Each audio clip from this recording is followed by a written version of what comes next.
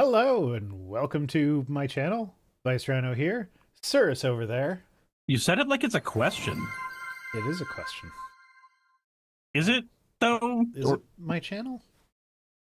I mean, the watering hole is your channel. I just live here. Okay. You're the landlord. Everybody in my chat is trying to figure out the experience thing that I guess YouTube is doing now, so they're like typing out their sentences one word at a time. Huh.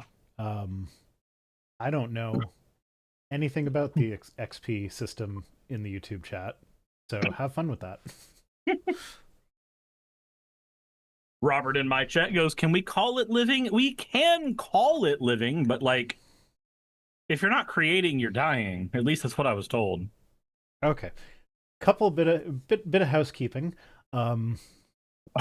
So if I sound like I'm just done with everything today, that's because I am.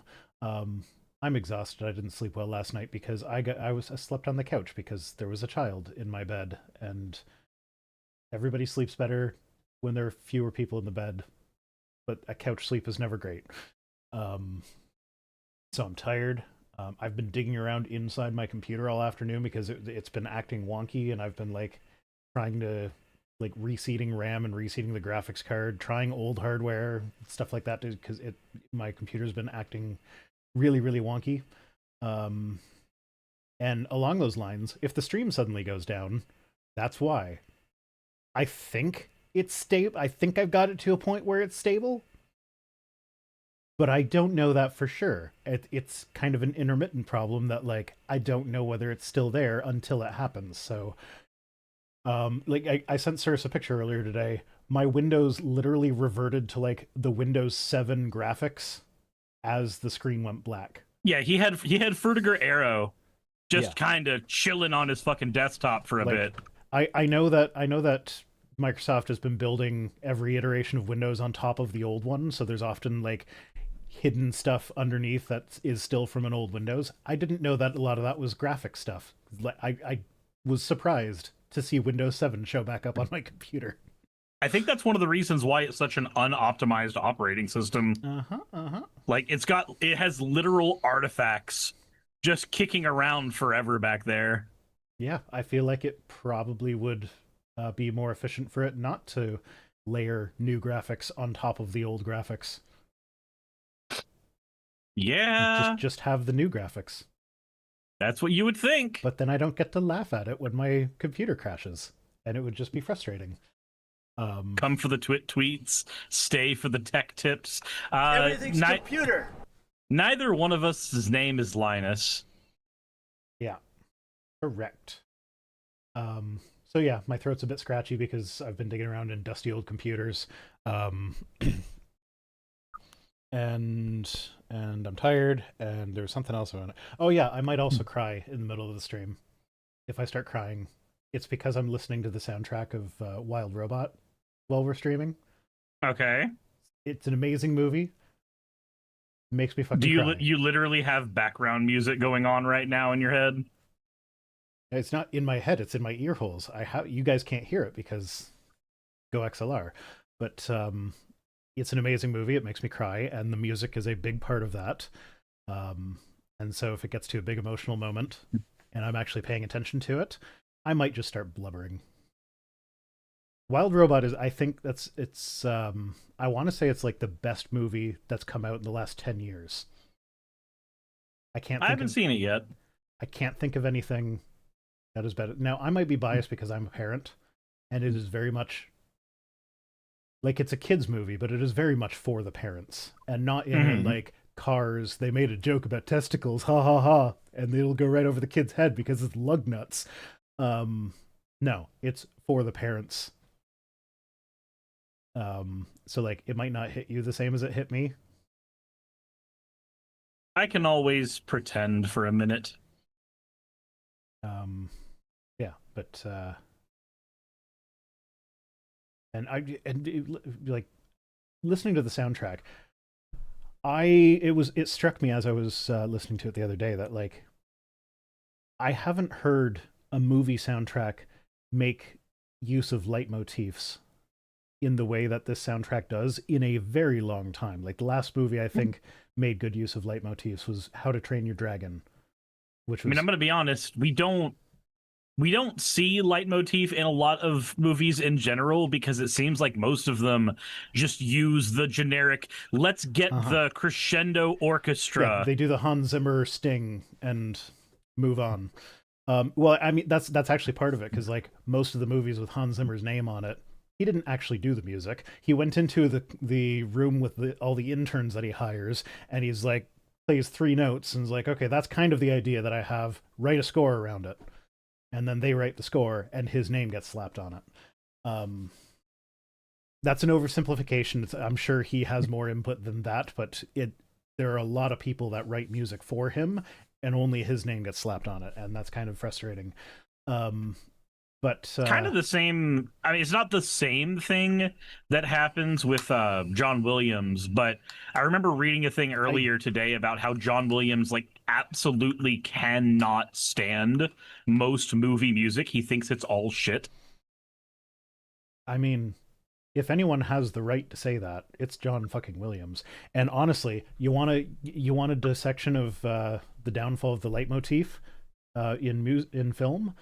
The Star Wars saga is perfect, because when John Williams was the only one doing music on it, he set up these leitmotifs that were for specific things. Like there's the Force leitmotif, there's the Luke leitmotif, there's the Leia leitmotif, there's the Han and Leia together leitmotif, and like everything had a purpose. And when you heard that music, you like it automatically knew who was on what screen. Was happening.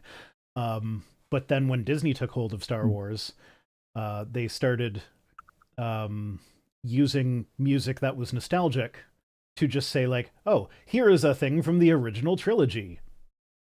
And it was these leitmotifs that had a proper, like an actual function, that now the function is broken because the function has gone from it's Han and Leia's theme to, oh, look, it's a cast member from the original trilogy. They want people to have, it's like why in whatchamacallit, in the Spider-Man No Way Home movie, there's that long pause when Tobey Maguire comes on screen. Yes. And that makes absolutely no sense if you're watching the movie at home. It makes perfect sense in the theater because they expected the applause, and it happened. Yeah, but I could also see that...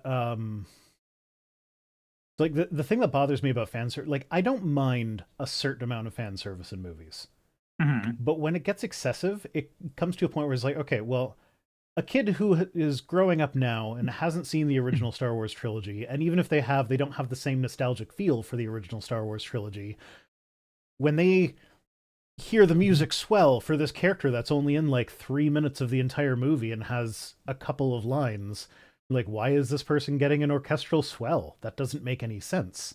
Like, I'm okay with a bit of fan service, but you need to make it fit the story better, and you need to like use your music properly. Rhino has said leitmotif so many times in quick succession that the word has lost all meaning.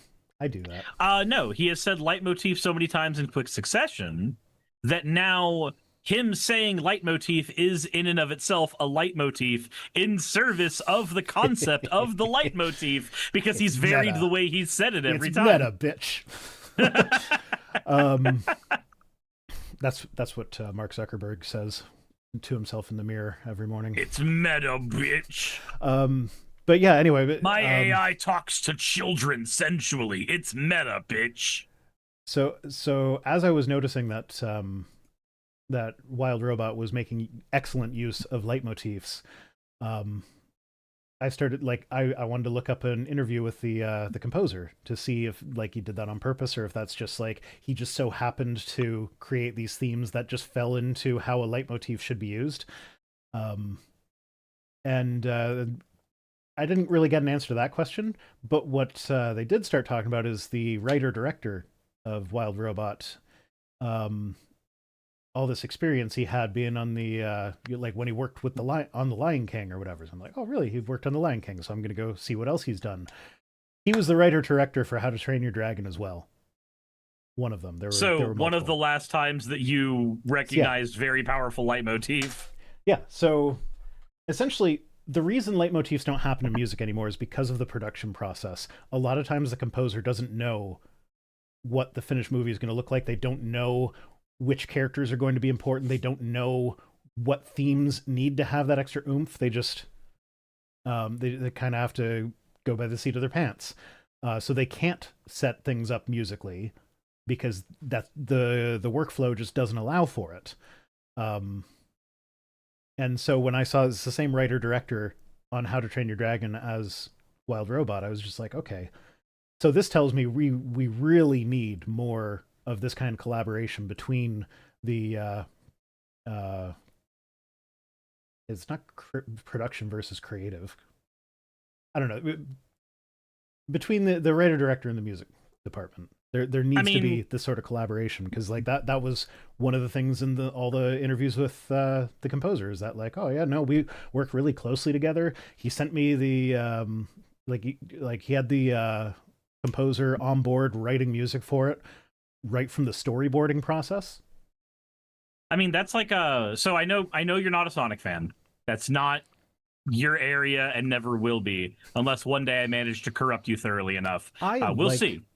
I forget which one it was, but one of the Sega Genesis Sonic games. I played that. I liked it.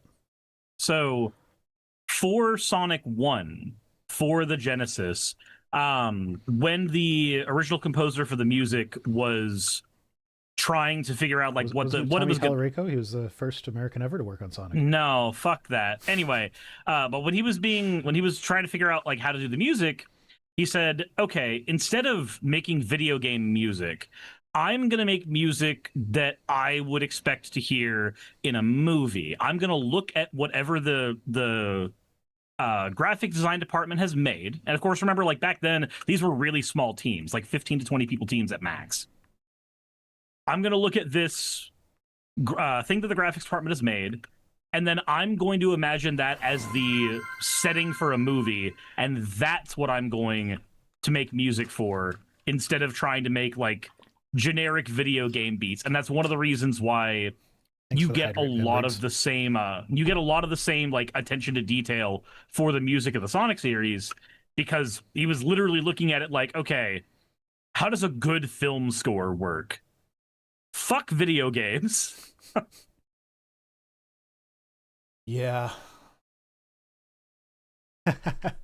Broke down and had dinner at a Cracker Barrel for the first time. Not the whitest place I've been, but it's in the neighborhood. Oh. Cracker Barrel's everywhere. It's always in the neighborhood. Did we cover that last week? I feel like it hadn't happened yet. So we did not cover that last week, because I know good. the only way I've covered it is in a short. No, that's good, because I have tweets about that, and I didn't remember covering it last week. But there were only 3 tweets in the folder, so I'm like, if these were left over from last week, there would have been like 10, and I would have hated to miss it. So anyway, news. Yay, news! So we do news. I mean, we can. We could, you know what? We could skip it. My show. I can do what I want. You can do what you want, and nobody's gonna stop you. Skip the goddamn news. Go straight to the tweets. Yeah, we could do that. Like, it's not a thing that you are beholden to do. But I feel beholden. You feel beholden? I feel like there's a beholder behind. I was about to go for the exact same joke, and then you just kind of went there. It's the obvious place to go. It is. You rolled a nat 20 on being obvious. Yeah. I do that. Yeah. Actually, not 20 on being obvious, but a crit fail on noticing when other people are being obvious. Oh? Did you get flirted with? No, that's usually what happens. That is my go-to example of me not noticing obvious social cues. Is like, I'm sure I've told you this before, but she touched my butt, and I still didn't notice that she was flirting until the day after. And then did you touch her butt, or like did you just kind of sit there and wallow? No, it was a guest in a restaurant. She wasn't there the next day. Well, but also I was working, even if it's probably for the best that I don't notice these things, because if I had noticed, then I'm not sure I would have been able to handle the situation. Ma'am, are you trying to get into my pants and or also suck on my wiener?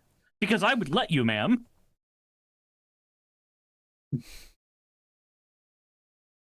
I think I wouldn't have had a job after.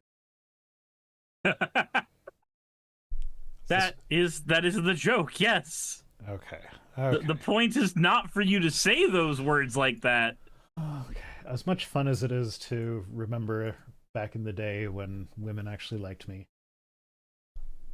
You have a woman that likes you right now. I have one. And there's at least a few in your audience, probably, but that's weird and parasocial. It's mostly the gay guys love me. Okay, well, so statistically, one of them is gonna come out as trans in the next year. Okay. So you have at least one hidden girl. Okay, there we go. Crouching tiger, hidden girl. Okay. Trump seizes control of a train station after Vance and Miller's humiliating PR stunt. This was sent by E.T. Benson. Okay. So remember, if you see a news item that you think I should cover, send it to news@vicerhino.com. And I promise that I will, at the very least, regret forgetting that I to credit you. I'm so happy that we live in the timeline. Did you hear that coherent sentence I that heard came out of my face? Yeah, it's so weird that halfway through I started trying to like salvage it and save it by forcing the pivot, and then you brought attention to it, so it failed. My attempt failed, Rhino. I tried to save you, but like every other Christian, I failed. I'm sorry. Wyvern says, "Well, I'm Pan, and I'd do things to you if allowed." Oh, there you go. I am also Pan. You gotta talk to my lady. As long as she's okay with it. Alt-Fact said, dude, don't say that, you have a wife. Like, I'm pretty sure she'd be okay with it if they talked about it. Are you talking about mine or yours? Yours, probably. I mean, I know mine's okay with it because she's already told me. Yeah, I mean, as long as I'm not sneaking around, I feel like it would be okay. But I still wouldn't say yes without talking to her first. Like, a cute girl gave me her number when I was charging my car outside of Atlanta, and I just went home and told Saki about it. I was like, hey, this thing happened. She's like, oh, that's really cool. And people poo-poo the car chargers. It's where you meet. It's where you meet girls. Picking up chicks at the car charger. That's what happened. That's actually what happened. Okay. Anyway, this comes to us from thedailybeast.com. And I love the way they write, because I'm just done with the New York Times and Washington Post and all that, just sane washing everything this administration does. Daily Beast, yeah, they're a biased media organization that I'm not going to trust is 100% factually accurate. But you know what? They're not gonna they're not bending over backwards to make Trump sound normal. Hey, Rhino, just to ask if it's the thing we're going to be covering today, did you see the article that came out about the dark money group that's been funding a bunch of democratically aligned news outlets to do shit like sane wash Trump? Have you? No, I'm not surprised. Because I'm staring at it right Is the it the fuck Heritage now. Foundation? No. It is. I'm just gonna see an initiative aimed at boosting Democrats' online offers influencers up to 8. So this one is for influencers. This one's not for the not for things like the Daily Beast, but it offers influencers up to $8,000 a month to push the Democratic Party line. All they have to do is to agree to keep the fact that they got that money secret and agree to restrictions on their content and the type of stuff they will talk about. Okay, I'll take $8,000 a month and torpedo the watering hole. Like, yeah, I'll say your shit to the 5 people that'll still watch me after I start doing that for $8,000 a month. That pays for a goddamn nanny. It does. So, anyway, President Trump's administration has taken control of Washington, D.C.'s Union Station after 3 of his top officials were loudly heckled during a botched PR stunt at the transit hub. Of this Transportation Secretary Sean Duffy, a former contestant in Road Rules, announced on Wednesday that his department would reclaim management of the station's second busiest rail terminal as part of the administration's efforts to tighten control over the capital. So they've got a new fleet of high-speed trains, which were first... They go out of their way in this article to point out all of the stuff that Obama did and Biden did that they're trying to take credit for now. So the new trains that Obama did this. I did this. Yeah, no. So the new trains were ordered under Obama in 2016, and they will benefit from infrastructure investments made as part of Joe Biden's bipartisan infrastructure act. So, yeah, they're celebrating these new trains that Biden and Obama made possible. Yay, my favorite. I love plagiarism. Oh, and here we go. The controversial federal takeover of D.C. has included deploying National Guard soldiers to patrol the streets, assisting police in tackling crime, and picking up trash. Have you seen those videos? The National Guard picking up trash? Yeah, they've got them in high-visibility orange vests, picking up garbage in the parks. Okay, that sounds... That sounds like a great use of... That sounds like a job for not the National Guard. It does sound like a job for not the National Guard, but they don't have anything for them to do. Because, like, they're not... Not only are they not trained to police citizens, they're not legally allowed to police citizens. Like, if they need to arrest someone, they need to call the police. So there's a concept that I've been floating to my audience. It's a little conspiracy brain, but I also don't think it's untrue. It's the idea of using the National Guard as a militaristic, because it is a militaristic force. It's what it is. Yeah, it's the Army Reserves, basically. Using the National Guard as a militaristic force to condition residents to the idea of military occupation, so that when they leave and the police, which get more militarized every year, are the ones taken over, it's way more normalized to those people. Oh, it's not. I wouldn't even go so far as to say when they leave. When it comes to the National Guard, they do, though. Historically, they do. Yeah, historically they do, but historically presidents don't deploy the National Guard to low crime areas when there's no emergency. You're right, but I still have to work off of what we have precedent for. I know that that's a bit fallacious when we have a president who is doing everything in his power to undermine what we would normally see in a sane democracy. But I still feel like the right thing to do is to look at what precedent we have. We have precedent for the militarization of the police. We have precedent for the National Guard being deployed unscrupulously by Trump. And we have precedent for the National Guard leaving after a time of occupation. So I don't even have to say that the National Guard won't leave, because that's enough pieces to thread together into Trump getting people conditioned for military occupation. The military just changes from the concept of our armed forces to our police. Yeah.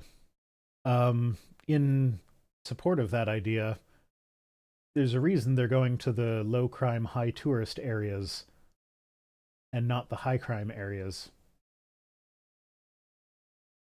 Like, we touch on that a little bit in this article. Anyway, Mark Fernkopf says Obama means family, or is that Ohana? Obama means family. So guess who the writer-director was for the original Lilo and Stitch movie? Huh. Same guy who did Wild Robot and How to Train Your Dragon.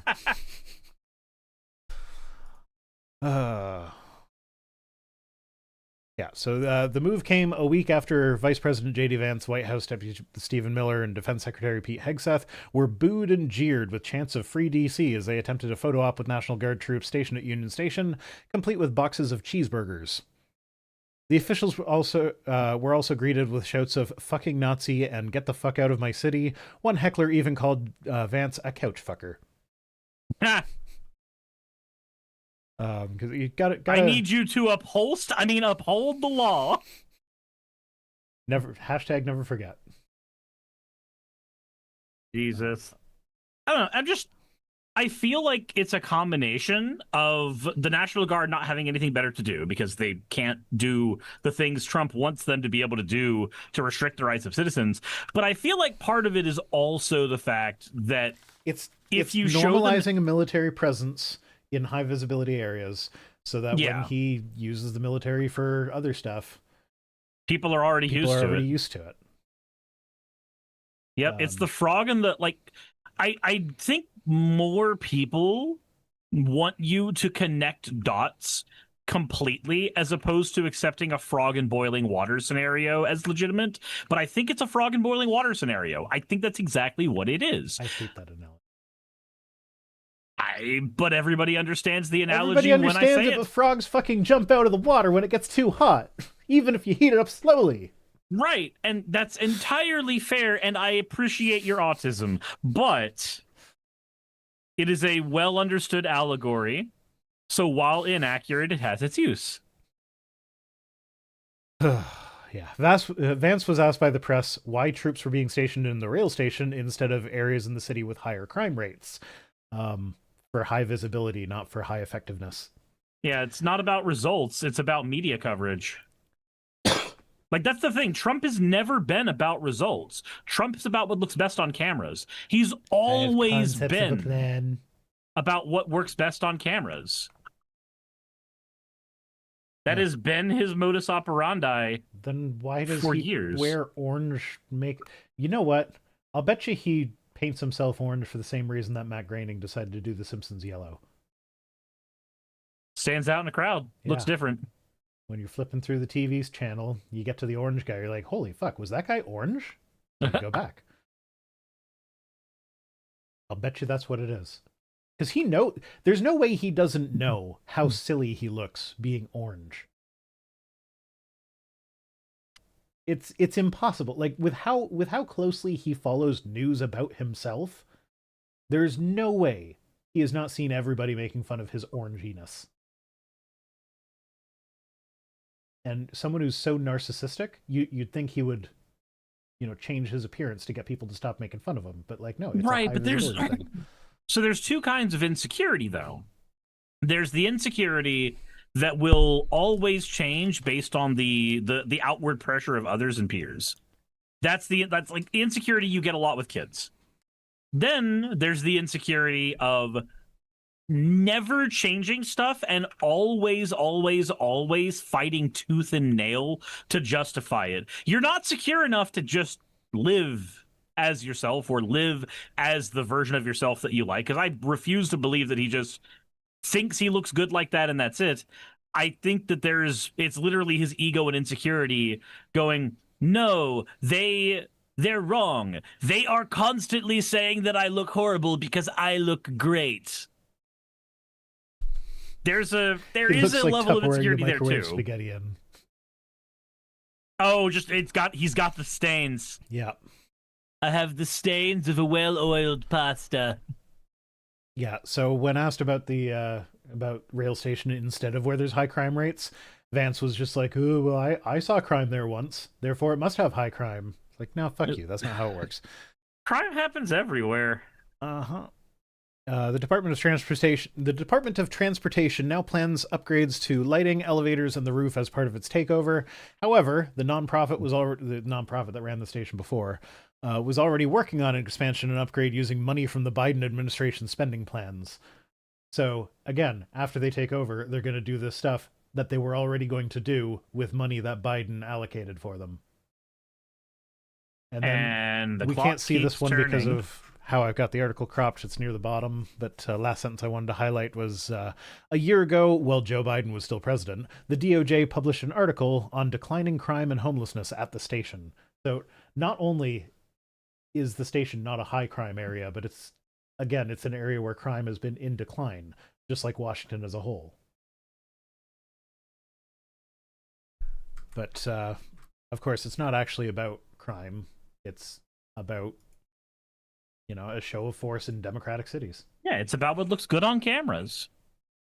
Yeah. It looks better on cameras for him to be shaking his fist and getting visible results than actual, tangible, helpful results.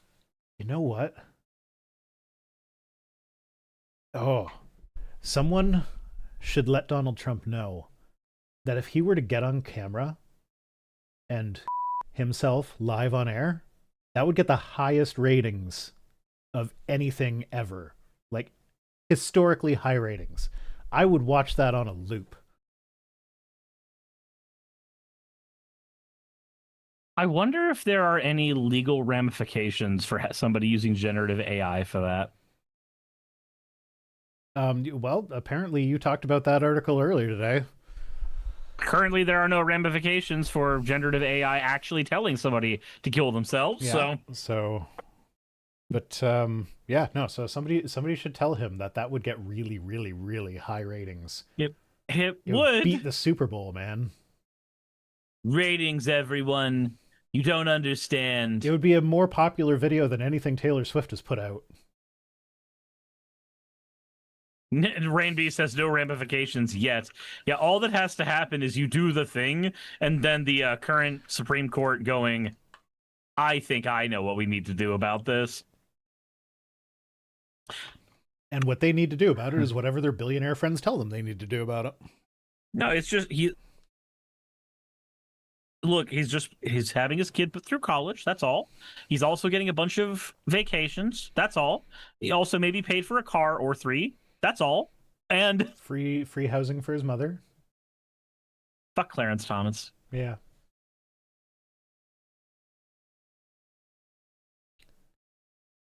Girl with the face. I thought you said to fuck himself. That's what the beep was for. It was to leave it ambiguous. Yeah. But by saying that, you're leaving it less ambiguous. So, you don't. Now, speaking of concepts of a plan, Donald Trump gives an update on the tariff rebate check for Americans. Now, this is we covered this when he first started talking about. We're supposed to be getting a tariff rebate? Oh, you don't remember that? He said that was going to happen back before, like when he started doing the tariff, like started announcing the tariffs. We both expressed skepticism at the idea that a check would actually happen, and if it does, it'll be like a couple $100 just so that he could, like, I think that was what we landed on, was it wouldn't surprise me if he sent something out just so that he could have his big stupid signature on another check that goes out to everybody. Yeah. So it still wouldn't surprise me if he did it. However, his answer when asked about it was, we have a lot of money coming in. It's coming in tremendous numbers. There's a concept of making a dividend to the people of this country who have paid a lot of taxes and got nothing for it. There's a concept? Yeah, so this is taking back to his concept of a plan for healthcare, and considering nothing ever came of that, except they've made all sorts of decisions that have made healthcare a lot more expensive for everybody and harder to access for women in particular. He has the concepts of fucking up.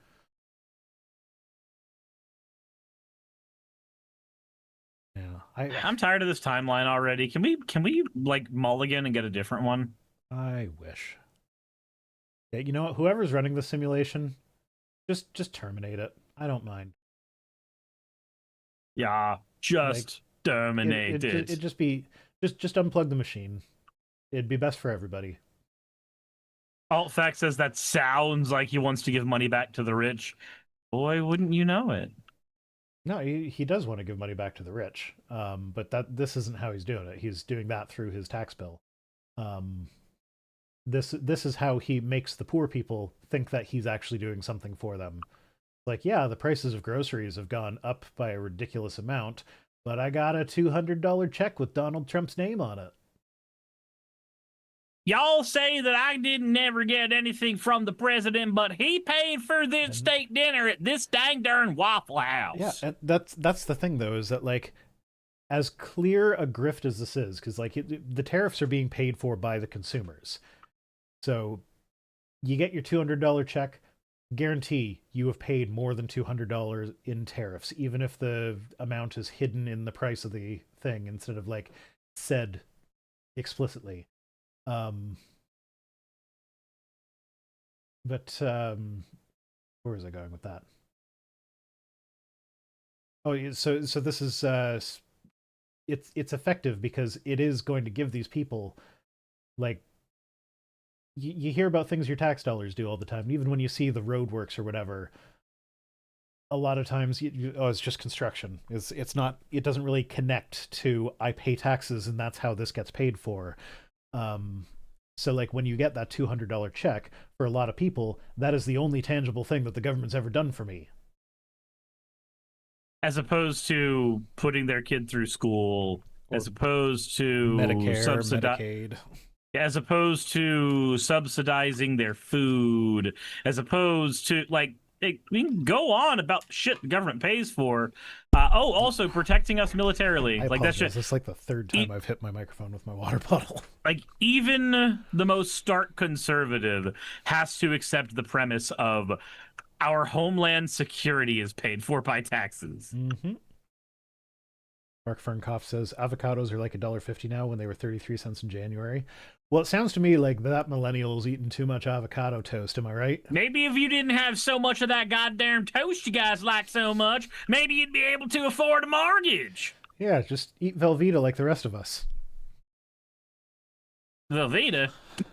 Isn't that? That's too rich for my blood. Oh, Our cheese comes from a sack of powder. So we don't actually have Velveeta in Canada that I'm aware of. So when you sounded confused there for a second, I was like, did I get the name of the cheese wrong? It's like, did I just accidentally name the dragon from the fire temple in Ocarina of Time?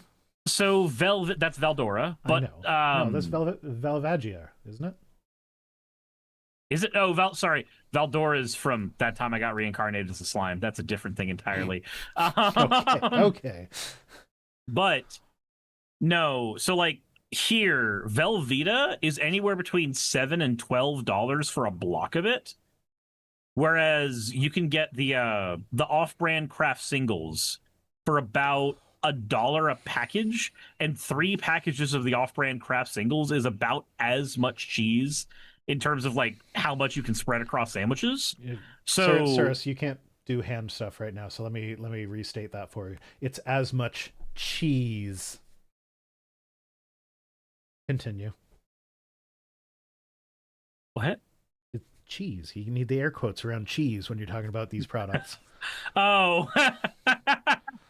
Yeah, no, that's entirely fair. But no, it is generally more cost effective Vulvagina. to get the off-brand craft singles. Like the big things of off-brand craft singles gives you a little more cheese, and the cheese lasts longer because they're individually packaged. I will be very, very like anal about this one because having to stretch dollars in the United States, this is one that I've done the internal math on for. Yeah, just at the grocery store. Yeah, to be clear, no judgment from me on that. But it's not cheese. Oh, Fennec's sending links. God damn it, Fennec. Copy address. I'm not opening that without checking it first. Fuck you. Making me select a profile. No, not restream chat URL.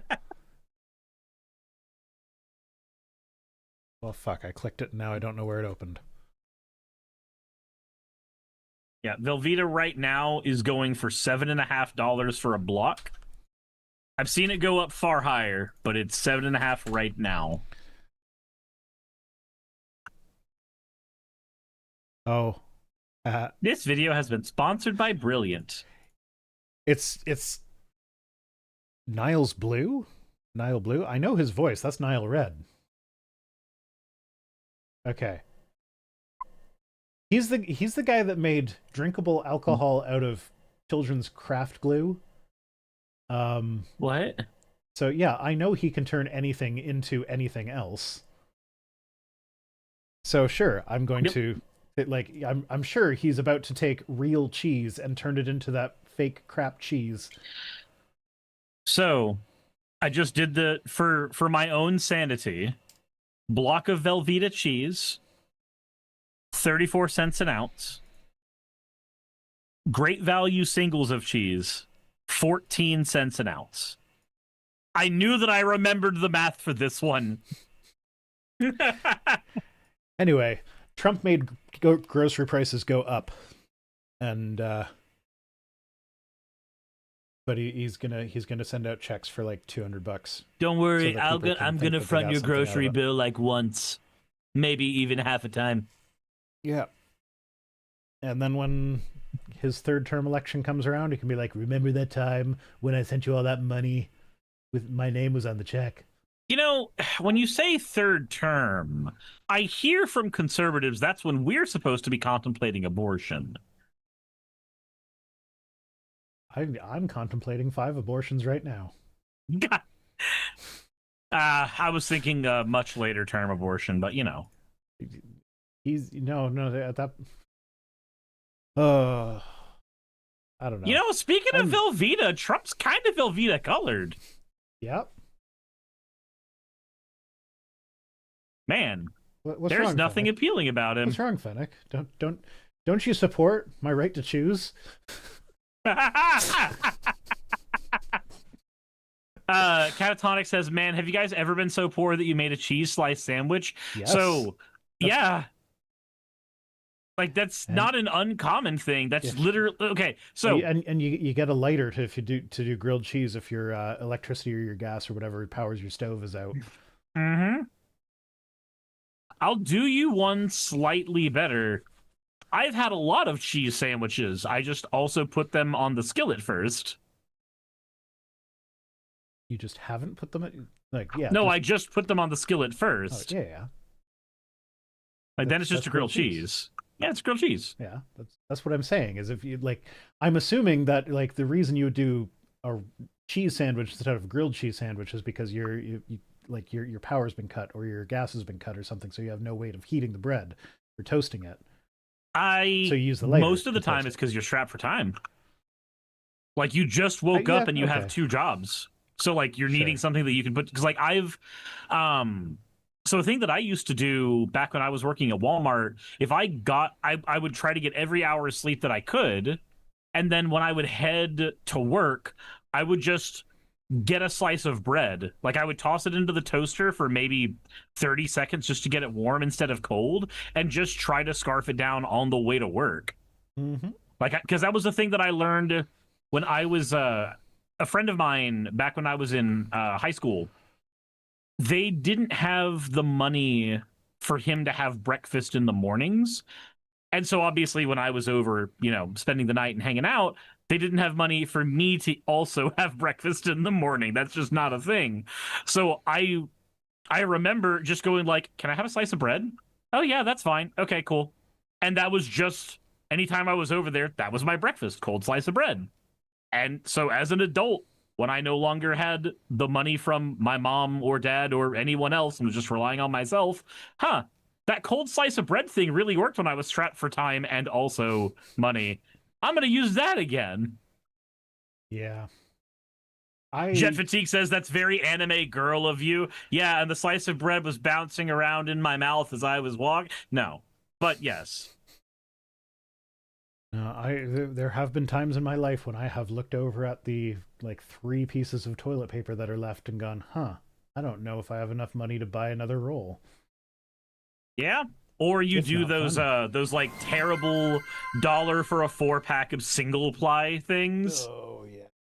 Yeah. That used to be my hands really well after using those guys. Thank you for the hats, Artemist. Yeah, I used to use those all the time because those I could get when I didn't have that much money off of what I could find in the couch cushions. Mm-hmm. All right. So, related to the first story, Trump's invasion of DC costs over $1 million a day. What could that fund instead? I'm beginning to feel like this is the same as one of those Magic the Gathering videos where you say, "Man, a collector booster box of Final Fantasy is $1,200. Why the fuck would you buy that? Here's all the other things you could buy for that amount of money that would be way more entertaining than gambling." 1,200? For the collector boosters, yeah. For the regular booster boxes, no. But for the collector ones, yes. Collector boosters have fewer cards and they're rarer and shinier. I'm sorry, dog. You're stuck in here. You pushed your way in while I was trying to keep you out. And now that door's shut because I'm streaming. Alt Fact says, yeah, but I love Final Fantasy. Yeah, but you know what you could also do with that money? You buy a Steam Deck, and then on that Steam Deck, you buy Final Fantasy. every Final Fantasy from 1 all the way up to 16. And including a membership to both 14 and a private server for 11. And it will cost you less. Mm-hmm. But then you don't have the cards, Cirrus. But then you just buy the singles, which are always buy singles. Booster packs are a waste of money, and it's just gambling. That's all it is. Just buy singles. Yeah. So Trump declared an emergency so that he could mobilize the National Guard for the high crime rates, despite DC's crime rate being at a 30-year low. They've gotten up to over 2,000 National Guard members. They are kicking homeless people out of their camps. They're claiming that they're getting rid of the slums. Of course. They're booting homeless people out of the city. But then your Steam Deck is infested with Final Fantasy? Infested? Infested? Okay, sure. It's about the only thing that got me to finally play my Steam Deck, but okay. I considered buying a Steam Deck for my trip to Europe, but then I saw how much it cost and I was like, fuck that. You already have a Nintendo Switch, and you already have the only game you're gonna fucking play on it. Okay. Yeah, I'm waiting for the follow-up. So I did consider that. But then I was like, you know what? I've been playing modded Hollow Knight for so long. You can't mod it on the Switch, but the Steam Deck is just running Linux, right? Mm-hmm. So you can mod it on the Steam Deck. Mm-hmm. And the mods work. So that was why I wanted the Steam Deck, so I could play modded Hollow Knight while I'm traveling around. Right. And is Hollow Knight worth $450 to you? No, which is why. Well, I mean, yes, but okay, cool. I knew the correction was coming. If that was my only way to access it, then yes, I would have gotten a Steam Deck. But no. I actually that's one of the things that I it's so not in the budget right now. It is so very not in the fucking budget right now. But I want to set a computer up at the TV so that I can play there and actually play it modded and everything. And I have enough spare computer parts around here to do that. Like I'm looking at 2 disassembled computers that I was pulling parts out for my tech support today. But the problem is latency, because our TV is a piece of crap, so it's got really bad latency. And I can't tolerate it. So I'm like, we need to don't let her out. She made her bed, make her lie in it. So yeah, like the best way to get around that would be like replace the TV with like an OLED or something, which I really want to do. But there's so many other things that we need to spend money on before that. Just more important than an OLED. Yeah, it's like the TV we have now. It's fine. It's not great, but it's fine. You can watch stuff on it. Is there a massive amount of tearing in fast-moving scenes? Yes. Does anyone notice that but me in the house? No. Then there you go. So everybody's happy with it, except for me. And if everybody's happy except you, then we're all happy. Glad we're on the same page. Yeah. So Trump, this is the 4th time that Trump has ordered soldiers into the streets. And they're targeting the vulnerable members of society. And the National Guard costs the government $530 per Guard member per day. So the price tag of deploying 2,091 troops in DC is well over $1 million per day. That math doesn't add up. Hang on a second. 530 times and $1 million a day. You said $1 million a day? Yeah, because it's 530 per day times 2091 is 1.1 million. So he's spending my brain just didn't an calculate that right. actual lifelong fortune per day for a show of force. Uh-huh. So, what a petty little bitch. So the person that wrote this article calculated, like they looked at housing prices and what it would cost to like build like subsidized housing in DC. Mm-hmm. And there are 5,616 homeless people in DC, unhoused people, on any given night. And 1/4 of the daily expense of deploying the National Guard would be enough to house them. So for $250,000 a day, you could house all the unhoused people in DC. But they'd rather spend 4 times that. They'd rather have a show of force than solve a problem. Yeah. So the daily cost of operating a safe shelter for all 30... So this is all the states that have sent National Guard troops to DC. Between all of them, they have 30,000 unhoused people. And the daily cost of operating safe shelter for all of them would still be less than 1 day of the DC occupation. I hate this timeline. I really do. I'm not a fan. Like, it's literally more expensive to not just house the homeless than it is to criminalize it. And this is like that thing where, like you look at the fucking concentration camps they're setting up, where mostly immigrants are being sent, and the daily cost per person to keep those things running is often way more than any benefits that any of them are even alleged to be taking advantage of. And on top of that, you now have people that were previously working members of society who are contributing to society.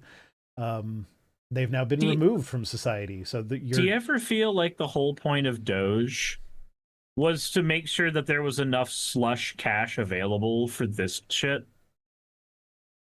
I mean, it's crossed my mind. I'm not sure that they planned it out that well.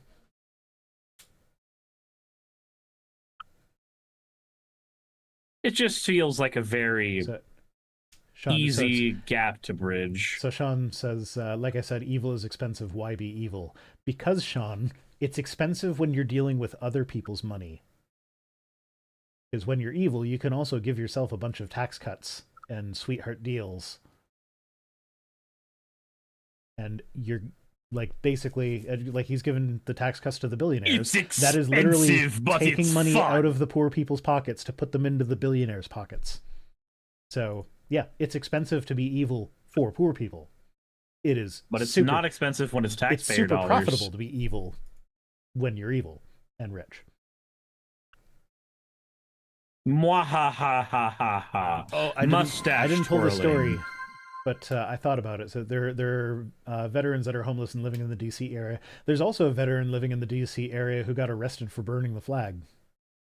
That thing that you're supposed to be allowed to do. Uh-huh. Well, not only that, but according to the U.S. flag code, that's actually the proper way to dispose of a flag when it gets old. So I've been looking into the stuff with the flag thing because it pisses me off. And we did a part on it yesterday. So what the executive order is trying to push, because you know about Trump's executive order, right? Yeah. Okay. Like so it happened like an hour before this guy got arrested for burning the flag. So the executive order, what they are trying to say is that if you burn the flag maliciously, that is what causes you to get in trouble. Now, bear in mind, the problem with this is very obviously they get to determine what maliciously means.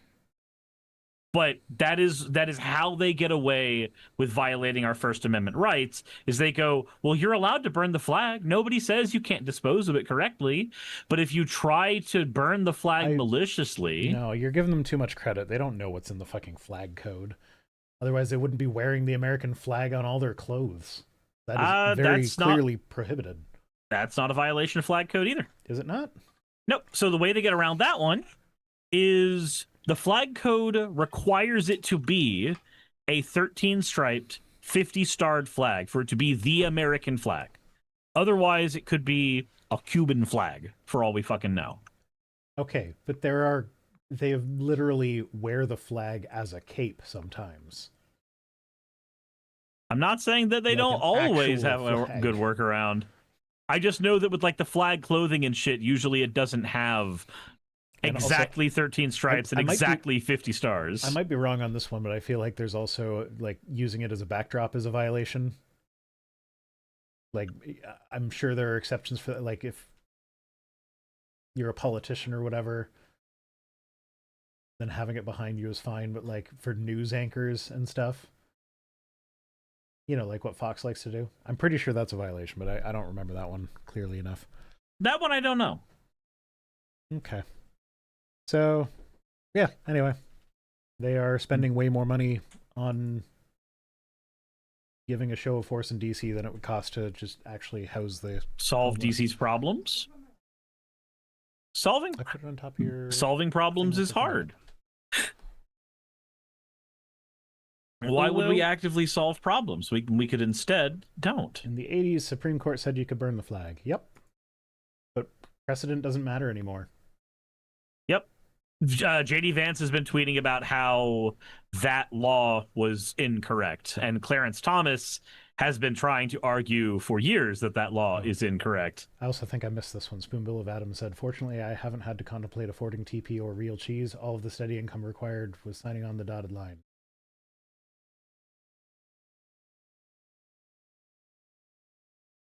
Frozen. There we go. Fortnite has introduced roly-polies into the game. Yeah, I mean, can't be worse than getting Darth Vader to say skibbity toilet. I don't think Skibbity Toilet's actually been introduced into the game yet, but I wouldn't be surprised if it did.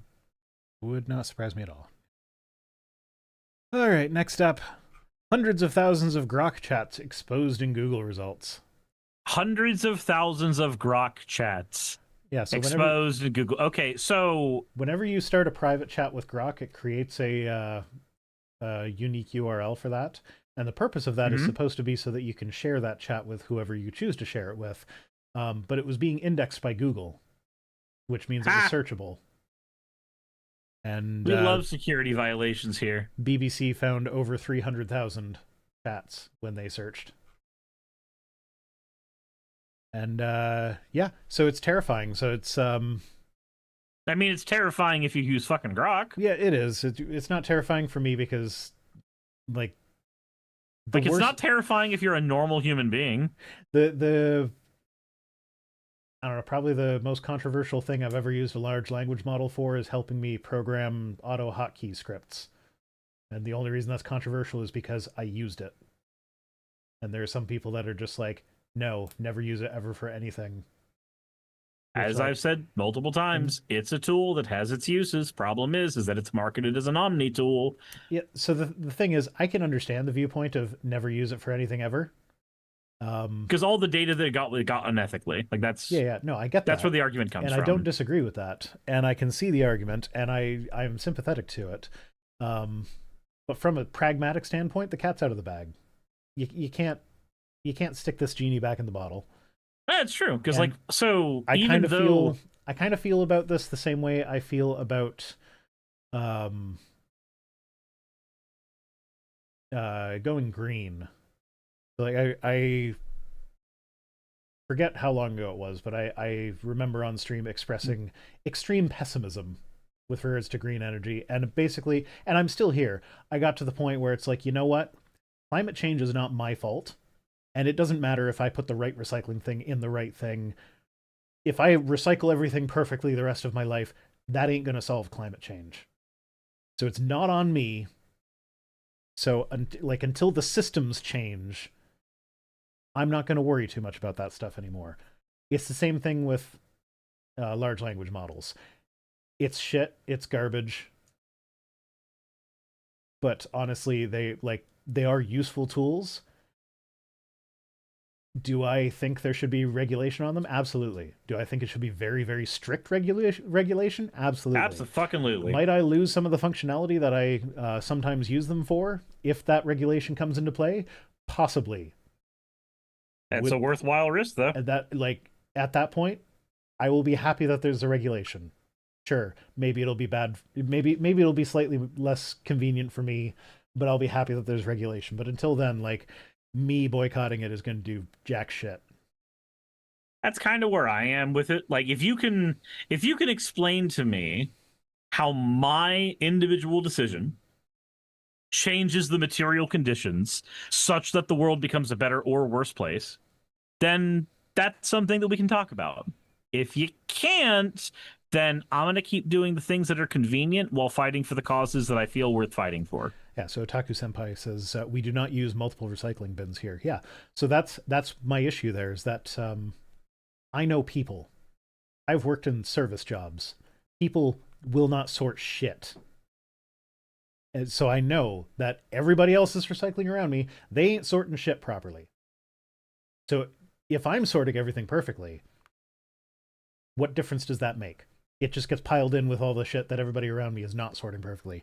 And single stream recycling is a thing. I've worked in restaurants where, if a thing is recyclable, you throw it in the recycle bin. Doesn't matter if it's paper, plastic, cardboard, metal, glass. It just goes in one bin, and then they sort it at the facility. That is the way it should be for consumers. Robert Ad says, disagree on that position. You are responsible for your actions, even when you're a minor contributor. Cool. Then you can show me the material conditions that changed. If the material conditions have not changed, if you have not created new victims, if you have not done any of that shit, then I'm sorry. You can disagree with that position. So I will absolutely advocate for all the responsible positions, green energy and whatnot. But I'm not taking personal responsibility for a problem that was created by late stage capitalism. It's not my fault that it happened. It's not my responsibility to fix it. Robert said it's about your responsibility. And you know what? I remember hearing that on Captain Planet as well. And I'm not saying that to that is propaganda that has been pushed on us by the oil companies. You know who paid for that commercial of the Italian that was playing the Native American guy with the single tear running down his cheek as he looked at all the pollution and telling you need to recycle now? That was paid for by plastic companies. That was part of an active campaign fighting against the use of glass bottles for soda beverages. It puts more of the onus on us as individuals as opposed to on the people who are actually responsible for the majority of the pollutants and the actual unethical use of these technologies. Robert Assess says Captain Planet as well after my time. I'm not just throwing everything in the garbage and saying, fuck it, I'm not recycling.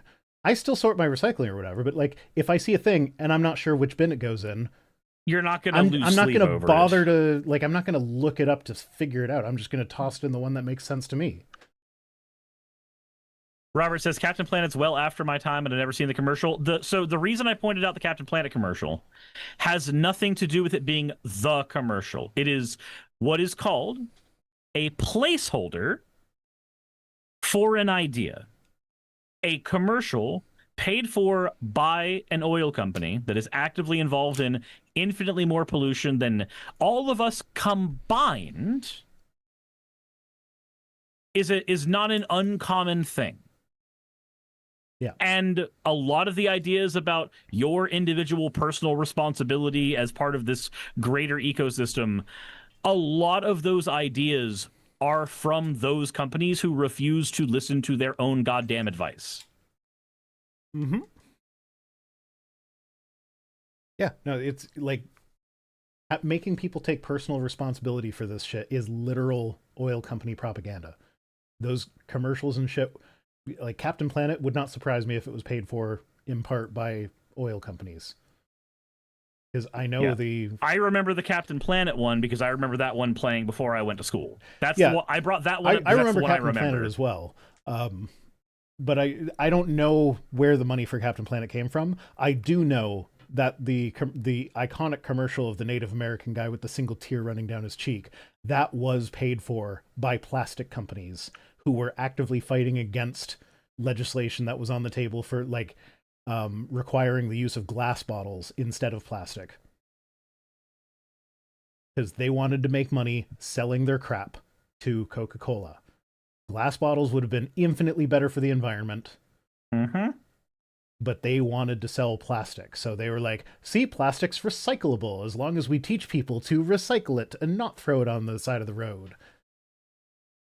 Like, okay, great. You know what? You know what happens if you throw glass on the side of the road? Like, I'm not saying you should, but like, it's silica. That's a part of sand. It'll just break down and turn into sand eventually.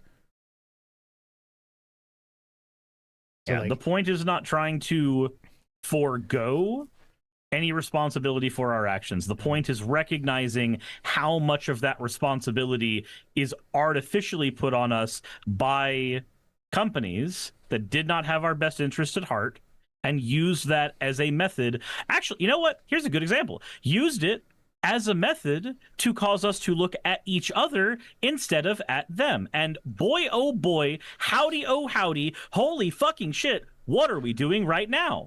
What a weird, funny coinkydink. It's working. Axo says, also our carbon footprint isn't real. It only exists because corporations' bad behavior and refusal to change. It's corporations pushing the fault onto us. Absolutely. And Sakura says, eventually is a very long time. It'll have a long period being razor sharp shards. Yes, I know. It's not... Throwing your glass bottle on the side of the road is not an ideal circumstance. I get that. But for the environment, it is way better than anything plastic. And also, that's one example out of many. Okay, so yeah. Speaking of torching the environment, back to AI chatbots. Yay! Can we not? I already had to talk about them telling a kid to kill themselves earlier today. Yeah, I'm not covering that story. I only found out about that story while we were like in the countdown. Great. So in one example seen by the BBC, chatbot provided detailed instructions for how to make Class A drugs in the lab. So Grok is telling people how to make drugs. I don't know if it was Grok, but I know there have been AIs that have told people to kill themselves. It's time to cook, Walter. I need to go to my AI chatbot and tell it to say my name. Yeah, there's people asking about medical issues. Like, there's a lot of privacy stuff. Like, people assume that their chat with the chatbot is private. Nope. And so they will ask at the very least, the people who own the company get to see it. Yeah, I don't know. People are too trusting with their data when it comes to companies. But yeah, no, a lot of people are saying things to Grok that they would not want shown publicly, and turns out it's being shown publicly. So, yeah. Anyway, next up, Canada has its first American refugee. It took that long? Well, this is the first one that I'm aware of. I'm not saying he's absolutely the first. He might be. But yeah, so this guy named Dan Livers, he crossed the Detroit River in a kayak. Okay. Pulled his kayak up onto the shore, went to Tim Hortons for a cup of coffee, then waited around until he saw a cop, which happened to be at 1 a.m. So he turned himself in and applied for asylum. I mean, do we know if he's going to be granted it? We do not know. He has been granted temporary status while his case is under consideration, but the waiting list for a hearing is something like 2 years. So is he granted temporary asylum for 2 years while they figure it out? Uh-huh. Because we don't do that thing in Canada where we'll say, yes, you can have temporary status here, and then arrest them and throw them into a concentration camp for having temporary status. Hey now, we don't officially do that. They came here illegally. They should have gone through the proper channels. That's what I was told by Daddy Donald Trump. Yeah, Fenix says highly unlikely because of a treaty between the US and Canada. Yeah, no, I would not be surprised at all if it got thrown out of court. However, I feel like the visibility that this is providing that, like, it might spur other people to seek asylum, and I feel like the more people that are seeking asylum, the more that treaty will have to be reevaluated. Because that's the thing. Like, I don't like I understand why it happens, but I don't like that world leaders essentially have to pretend like Trump, like they have to pretend like the sane washed version of Trump is the real one. And like they have to go to the White House and smile and laugh at his jokes, and it's just it's sickening. Um I mean, it makes sense that they have to pretend that, though, because he's a fucking megalomaniacal, well, maniac. If you don't play nice with him and laugh at his jokes and do all of that stuff, then guess what's going to happen? yeah. You're just going to get fucked. Yeah. Also, I think this treaty will be reevaluated for a variety of other reasons soon, especially after what happens in Chicago. So that's the thing is, and we have talked about this before with relation to fascism and how fascist states work by setting up a kind of dual system where the majority of the people, the legal system works fine for them, everything is normal.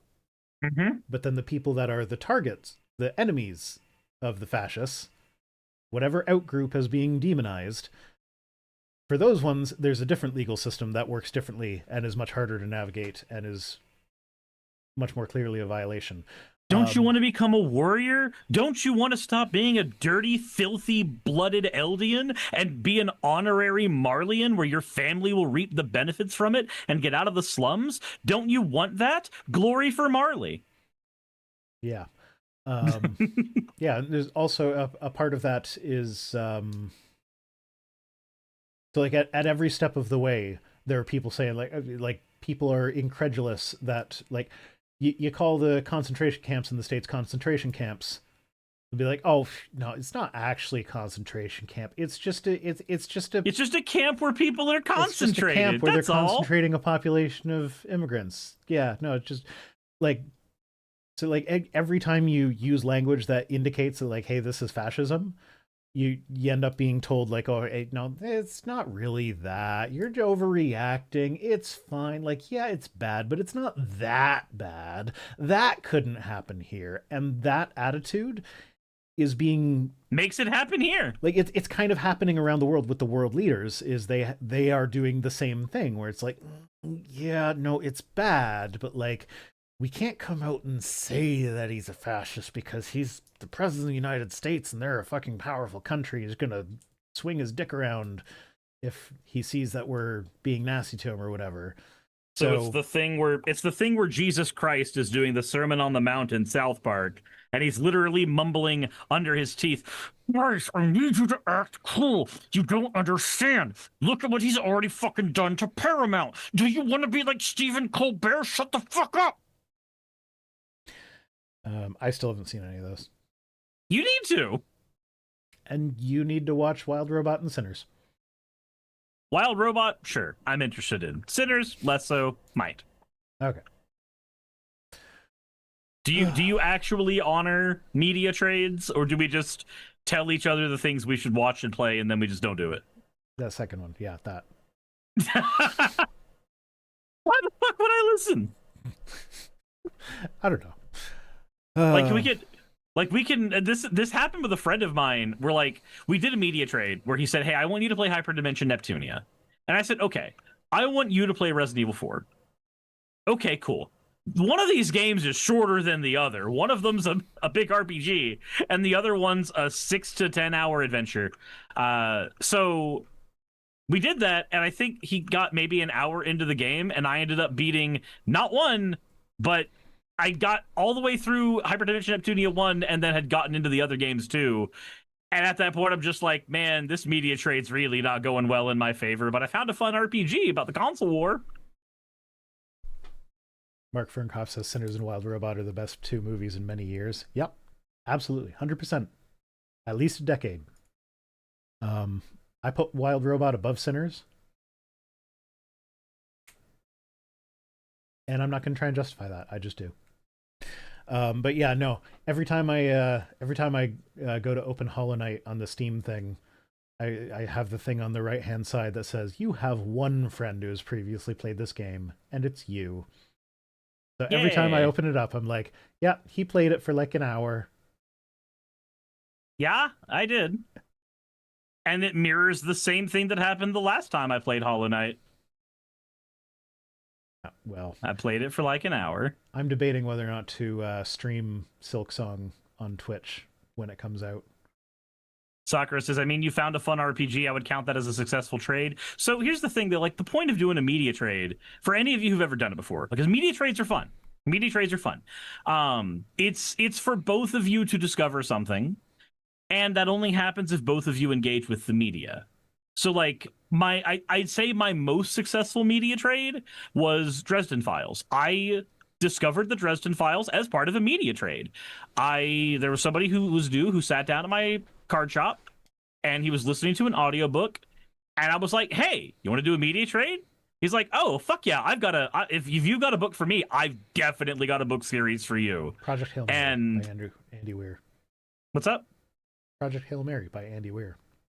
One of the best books I've ever read. Have not read it yet. It's very good. But like I love doing media trades. My problem is that it feels like half the time when you do a media trade, the other party does not honor a media trade. And the best part about a media trade for me is that after you two have talked about it, you then get to do another one. You then get to go, okay, cool. What did you like about the thing that I suggested to you?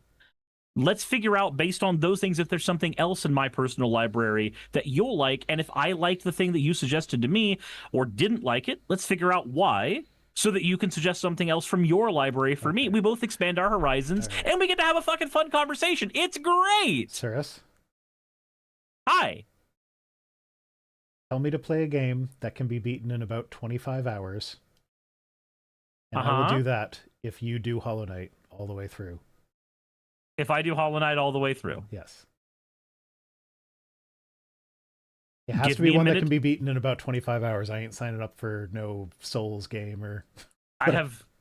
So does it matter that the last few Final Fantasies I've played, I beat in like 12, 13 in-game hours? How long you take to beat it. Having extensive I can 100% experience in the genre. Banjo-Kazooie. When I Google it to say how long does it take to beat X, they would be like, oh, the average player takes about, because that's the average player time for Hollow Knight is about 25 hours. Okay. You know what? I'm gonna go ahead and suggest one for you because you got a Switch. So this is one you could do without not on the Switch. It has to be on Steam. Like the kids play with the Switch. That became the kids thing. I don't play on it anymore. Oh, okay. Well, that is unfortunate. Then I'll figure something out. I'll figure something out. And I am willing to go through Hollow Knight as part of a trade if that is what you want to do. I'm okay with that. Maybe both stream it. We should maybe both stream it. Yeah.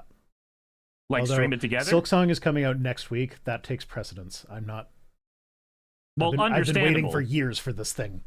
Well, and right now, Donkey Kong 64 takes precedence for me. Okay. Not because I'm enjoying it, but because I want it to finally be over.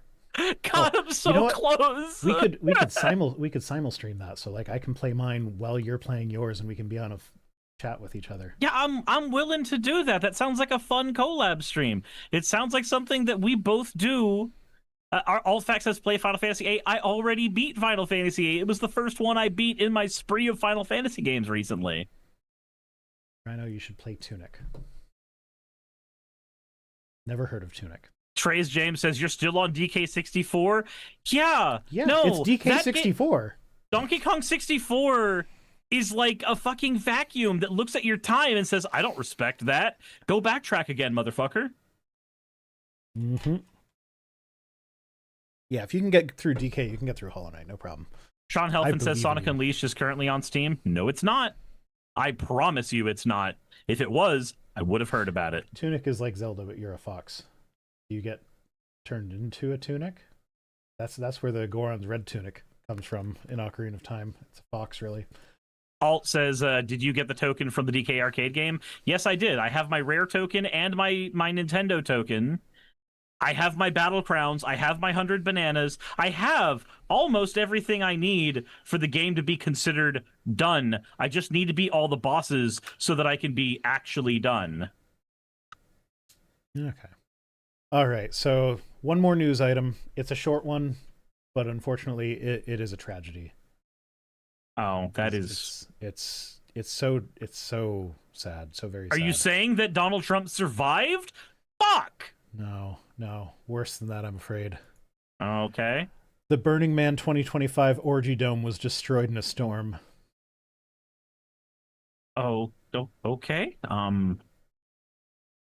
Trying to see where that one means anything to me. I didn't know they had an orgy dome until Mark sent me this. So it's a strategy. It's a tragedy because you know. Now I know that I could have been at the Burning Man orgy dome. Would you just do that meme? What if we kissed together under the Burning Man orgy dome? What's funny is like this article says it's the orgy dome is Burning Man's longest running and most notorious attraction. I thought the Burning Man at Burning Man was the longest running and most notorious. The burning effigy. Like, isn't that the whole thing? Apparently not. Apparently there's also an orgy dome. Yeah, so just said the what? Yeah, and okay, I really don't like. So this is the San Francisco Chronicle. I don't like whoever wrote this article because in quotes here they have our build team worked so hard this past week to erect our lovely space. Read the group's Instagram post on Monday, August 25th. Unfortunately, the winds yesterday did all that and blah blah blah, blew it down. But like I saw this, and I'm like, they're talking about the orgy dome, and they erected the orgy dome. I'm like, there's no way they didn't know that. It's the people that erect the orgy dome at Burning Man. There's no way that was an accident. And hey, do you sure think enough, Burning Man is hot? You go to the actual Instagram page, and they have asterisks around the word erect. Yeah. They know what they're doing. Because they know what they're doing. They did it on purpose. And this stupid fucking news article is like, no, we're going to take those out. Like, you can't put quotation marks around it if you're going to modify it. VR, humans are perverts. I mean, I should know. I am one. Yes, I am a pervert.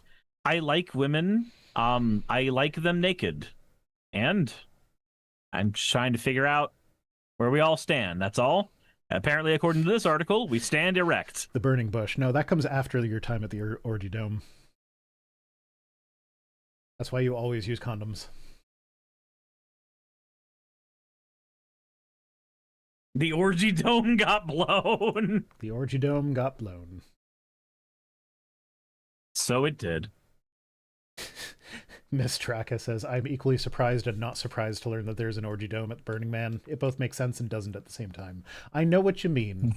Like, I read the headline of this story and I was like, huh, yeah. But also, huh.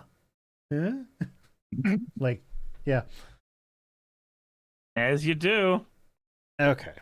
So that's it for news. I guess this is another reason people are coming to Burning Man. Uh-huh. I mean, I know a lot of sex happens at Burning Man. So I'm not surprised that there's an orgy dome. But like, yeah. I mean, it's awfully sandy this year from what I've heard. Jesus. So I'm not sure. I hate sand. It gets everywhere. It's coarse. Gets everywhere. Yeah. Oh, fuck. Oh, What? I forgot. God damn it. I'm mad at myself now. Well, I'm mad at you for you. What are we mad about? Okay, you heard that Dean Cain joined ICE, right? Yes. Have you seen the training video? Yes. Okay. Well, it looks like he's playing on a fucking jungle gym. Oh, we can just fucking. Where is it? No. Yeah, it just looks like he's playing on a kid's jungle gym. Yeah, I know, but I'm mad at myself because like I had this great idea that I was going to like just look at that. It's like, oh yeah, I crawled through the tube. Now watch as I step gingerly through this little thingy. Like, I'm not going to pretend that I have ever been in as good shape as Dean Cain was when he was playing Superman in the 90s. But I could kick his ass at that obstacle course. I think most people above the age of 12 could. Yeah. But what really makes me mad about this is that I forgot to do it because I got distracted with my stupid fucking computer not working, and it was Adobe that was giving me the most issues, so it probably wouldn't have worked anyway. But I was going to put this to like goofy tuba music, like boom bop boom bop boom bop boom bop bop boom, like, because I think that would be hilarious and very suiting. But I forgot to do that. Thank you for the hats, Conton83. One, Deerstalker. Does the cookie know about the orgy dome? Fennec says, "OMG, this needs tuba music." Absolutely, yeah. Yakety Sax. I thought about Yakety Sax, but it's too fast. Dean Cain is way too slow for Yakety Sax. Like, that's not Yakety Sax. That is slow tuba. Yeah, if he was going any faster, we could actually do some high top music, some da da da da da da da. Like, if he was going fast and tripping over everything, absolutely Yakety Sax. If I speed up the video 20%, it looks like he might be somewhat competent at it. Not good at it, but able to survive it. Anyway, I'm just gonna play this on a loop.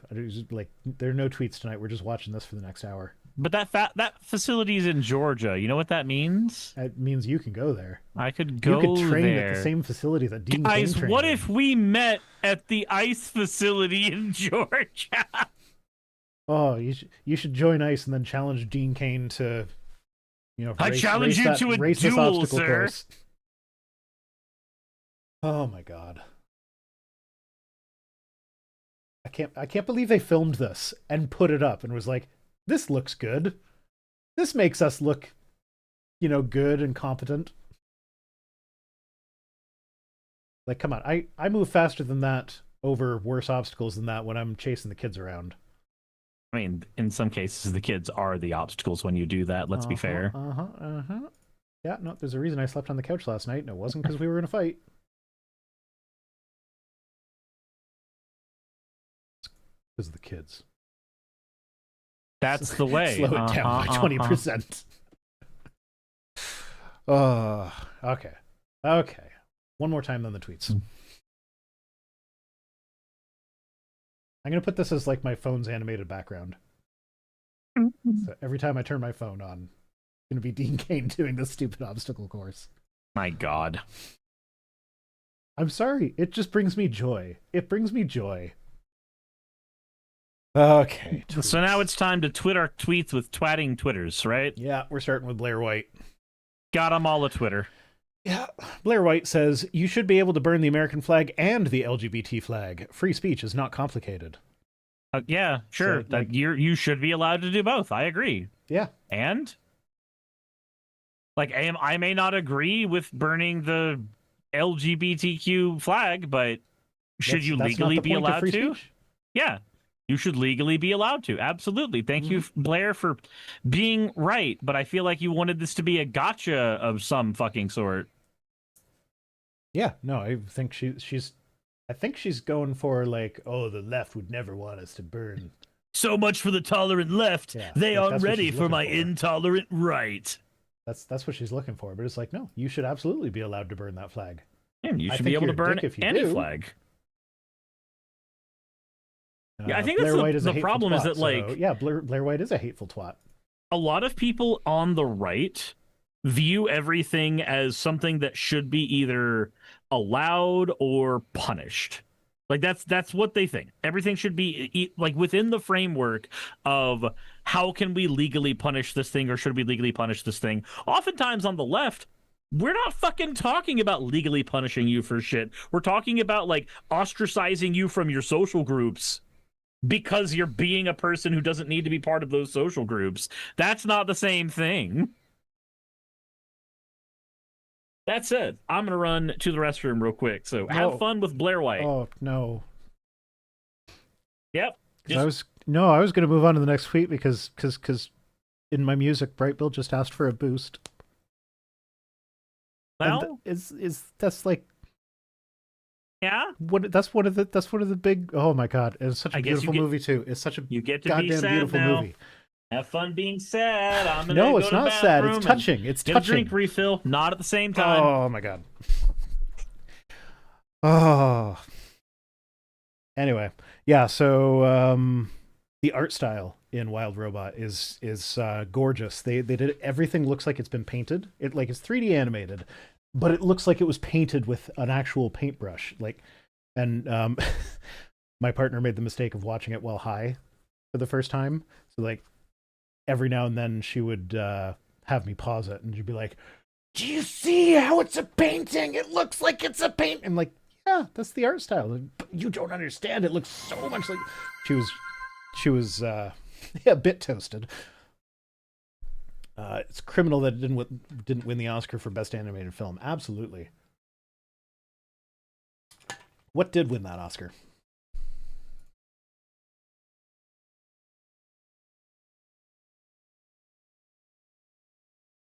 Because I can't think of anything that came out in 2024 other than Wild Robot.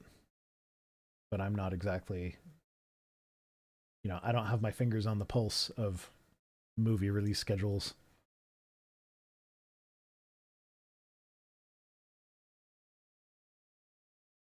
Your White desperately wanted to be the trans in the gas chambers by being the pick-meest of pick-me's. Yeah.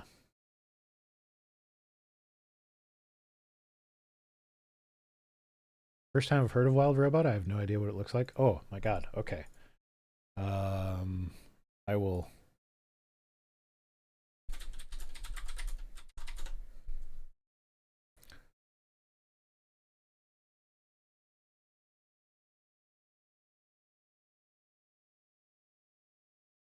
Okay. Bum.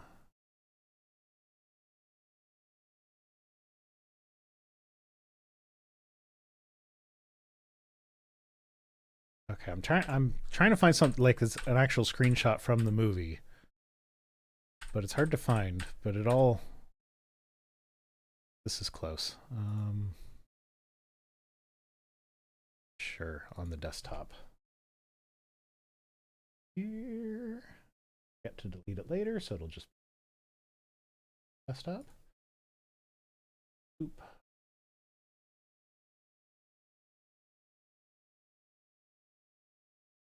Hit the wrong thing because I have some of my fan art saved on the desktop. That'll get the stream shut down. Thanks, Dov. All right. Someone in the audience who hasn't seen Wild Robot, so I told them what the art looks like. That's what the actual movie looks like. The movie is painted, and it's just gorgeous. It looks pretty. It is. It's very, very pretty. Very well done movie. Who do we have next? What's going on? Also, how's it going, Ocean? Welcome to the chat. Ocean? Oh, yeah, Ocean of the Keltoy variety. Ocean only ever goes to your channel. I mean, Ocean, I'm gonna fucking invade your house. I know where you sleep. Yeah, okay. I guess since you guys know each other in real life. I mean, we didn't start off knowing each other in real life. You told you how that happened, right? Probably. Okay, do you remember years ago that I don't remember like 4v4? What? I don't remember yesterday. That is unfortunate. So, do you remember years ago that 4v4 theist versus atheist debate we all did on the Non Sequitur show? No. Okay, well, you were part of it because I remember you were in the thumbnail. It was me. I have never been on the Non Sequitur show.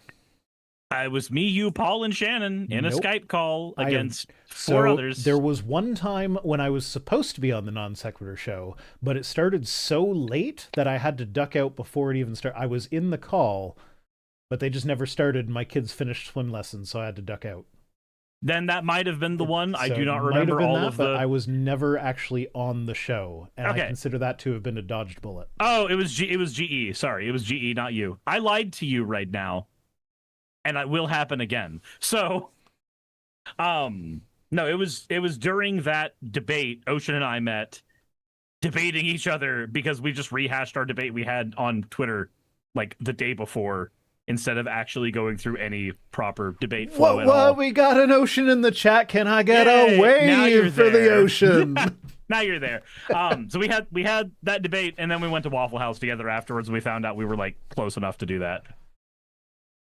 A debate at a Waffle House? You mean a fist fight? No, we a debate at a Waffle House is called a fist fight. You are right. Okay.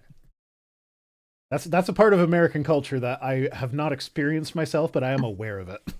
You should. I'd rather not, thanks. No, it's fantastic. You really should. It's like it is an experience you must have at least once in life, preferably from outside the window, because, you know, flying chairs. Okay. Oh, Lord of Uzkalak is saying play the trailer for Wild Robot. That's gonna get us copyright hit. Copyright strike will happen. I mean, I could you have YouTube. Yeah, no, we were just looking to see the art style, so I could play it without playing the music. But you can Google it. It's Wild Robot, good movie. Watch it. Okay, next up. Speaking of Waffle House, another piece of Americana whiteness is Cracker Barrel. So, yay! The Byron logo Donalds. Debate. This was by far my favorite tweet from this whole thing. Says, in college, I worked at a Cracker Barrel in Tallahassee. I even gave my life to Christ in their parking lot. That is the most white trashy thing I've heard all day. Just that. I gave my life to Christ in the Cracker Barrel parking lot. Well, Christ on a Cracker Barrel. And take that shit and put it on a cracker or something. I don't know. Anyway, continue. It sounds like it's meant to be a euphemism. Oh, yeah. I gave my life to Christ in a parking lot. Jesus, won't you come inside me? I mean, it's a euphemism for something sex or something drugs, is my take on that. That's what it sounds like to me. So their logo was iconic, and their unique restaurants were a fixture of American culture. So he's not technically wrong. Like, there is the inside of a Cracker Barrel and even the outside of a Cracker Barrel. Like, it's a very iconic and comfortable store. I'm not gonna lie. I can say that I have seen many billboards as I drove past them going, wonder what that is. But the no one asked for this woke rebrand? I'm sorry, my guy. What the fuck does woke mean anymore? Did you see the people when saying they logo simplification is woke now? Did you see the people that were saying they like, oh, I won't stand for this. Used to be Cracker Barrel. Now they took the cracker and the barrel off the They took the cracker and the barrel out of Cracker Barrel. I did see that. Now they did Cracker Barrel did come out and be like, yeah, no, we're gonna bring the old logo back because of the outcry. Probably not because of the outcry, but because the outcry came with I'm gonna be honest, this is the most anybody's talked about a Cracker Barrel in 10 years. Oh yeah, absolutely. Like they've been very successful at this particular marketing campaign. Yeah, and now they've caved to them. All these people that were howling about it are going to go to Cracker Barrel again. So yeah. Ocean says, do you know about the corporate takeover attempts behind the scenes? So I'm actually aware of that, but now that you've mentioned it, I'm not surprised, because corporate takeovers happen all the fucking time. Let's see here. Yeah, Cracker Barrel was bought by a private equity firm. So that's what happened. They got bought by a private equity firm, and that private equity firm knows they changed the logo. Stock price went down, so they changed it back, and stock price goes back up. No, actually, different than that. So it's not a plan to get people to talk about Cracker Barrel in general. Let me see here. I just got a bunch of things from Ocean on this real quick. One sec. So Big Laurie bought 4.7 million shares of Cracker Barrel in 2011. In 2014, Harvard Business School professors Siraji I cannot pronounce that name. I'm sorry, nor will I try to. And Tim Gray wrote a case study on Bulgari and Cracker Barrel. On March 14th, 2019, it was reported that Bulgari wants Cracker Barrel to close its startup company, Holler and Dash. The original $241 million investment in Cracker Barrel, made in 11 and 12, turned into just under $1 billion in revenue by the end of 2019. By 2024, after 7 unsuccessful attempts to take control of the company over a 14 14-year period, by which time Biglari Holdings had accumulated 9.3% of Cracker Barrel stocks.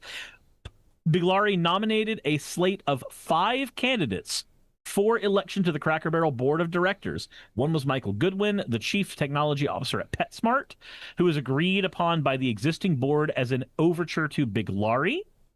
In November 24th, shareholders rejected the Biglari slate, which included himself, but did elect Goodwin as part of the slate of existing board members. So a bunch of weird shit is going on behind the scenes and has been going on for the past 14 years. Okay. So what it looks like to me, from what I've seen some people talking about this from a perspective that's not just making fun of it, which is way less fun, but still has some use. Most of your like iconic Americana does get bought out by private equity firms, so that when those businesses that are based on old Americana aesthetics, when they fail or when they die, because nothing truly lasts forever, but when they die, they want to be able to sell the real estate and use the building still. That's why McDonald's don't look like McDonald's anymore. Pizza Huts don't look like Pizza Huts anymore. Yeah, I saw that TikTok. Yeah, that's one of the ones that I've been seeing, because it makes sense. Yeah. Like, if you're an investor and you are trying to buy out a company, you're not just looking at owning Cracker Barrel. You don't give a fuck that it's a Cracker Barrel. You care that it can be something else in the future as well. Yeah. So Drew Harrison says, I gave my life to Christ at the rec center in the softball dugout. That's not what that reads, and you know it. That's how I read it. Ocean says the memes are hilarious, but this is also a fun little corporate scuffle around the edges. Yeah, this definitely feels like there's internal strife in the company that is causing these rebrands to happen, and not everybody in the company agrees with them in the first place. I just don't understand why anybody gives a fuck. It's Cracker Barrel. So me personally, I don't give a fuck.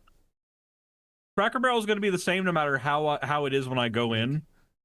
Like, I do agree that, like, corporate logos have gotten more cold and stale over time. That was my short I did on it. But, like, I don't fucking care. Like, if I want good artwork, there's plenty of good artwork there that's not tied to a soulless corporation. Like, I don't need McDonald's to look cozy. I need them to make mediocre burgers. So this is one of those things where people attach their identities. They attach important parts of themselves to iconography that is linked to capital. Yeah, I understand that.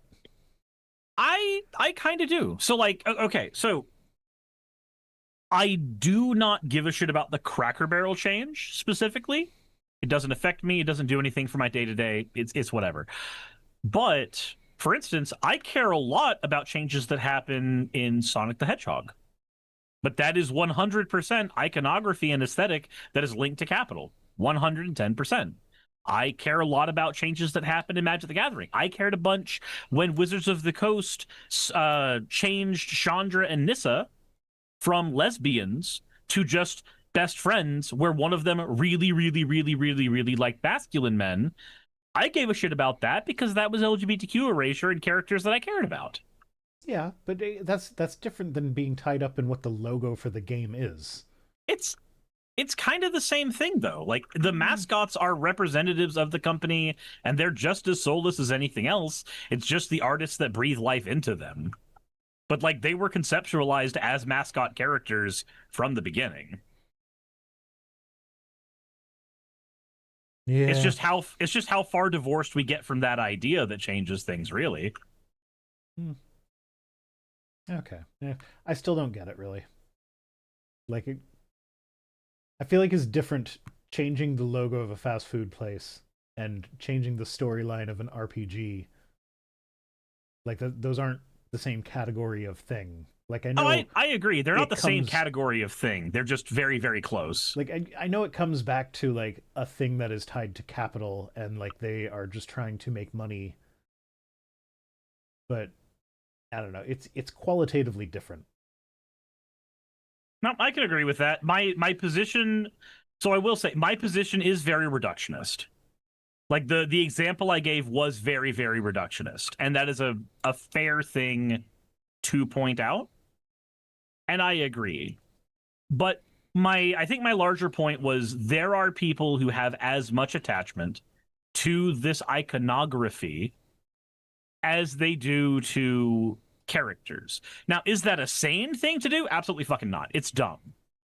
My point is that there's a part of it that I can understand while also not caring about.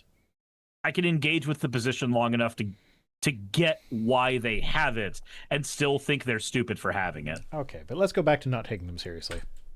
Capturing Christianity. Speaking of not taking people seriously, Cameron Bertuzzi. Okay, fine. Says everything we know. So, oh no, this is a different tweet. So yeah, no, there's school shooting that happened recently. He made a video saying everything we know so far about the transgender Annunciation school shooter. I would just like to point out that he didn't make videos about this when there was a white Christian school shooter or white Christian church shooter. Now, why he wouldn't make a video saying everything we know about the white Christian. Why is capturing Christianity talking about school shooters now? How does that have anything to do with his purview? This particular shooter, and from what I've seen, this one actually might have been trans. And if that ends up being the case, now we're up to like maybe 3 out of the dozens and dozens and dozens of white Christian men. So the thing that you would expect from population statistics? Yeah. When somebody is representative of a small percentage of the country, then their crimes also have a representation that is in the smaller percentage. That's what you expect, right? Ocean says kind of like your mom. What was that in reference to? I feel like that would have been funny if I hadn't ADHD'd away from the subject after I read it. Probably. I feel like that is not about the subject that we're currently talking about. I mean, capturing Christianity is kind of like your mom. Largely unfocused and unsatisfying.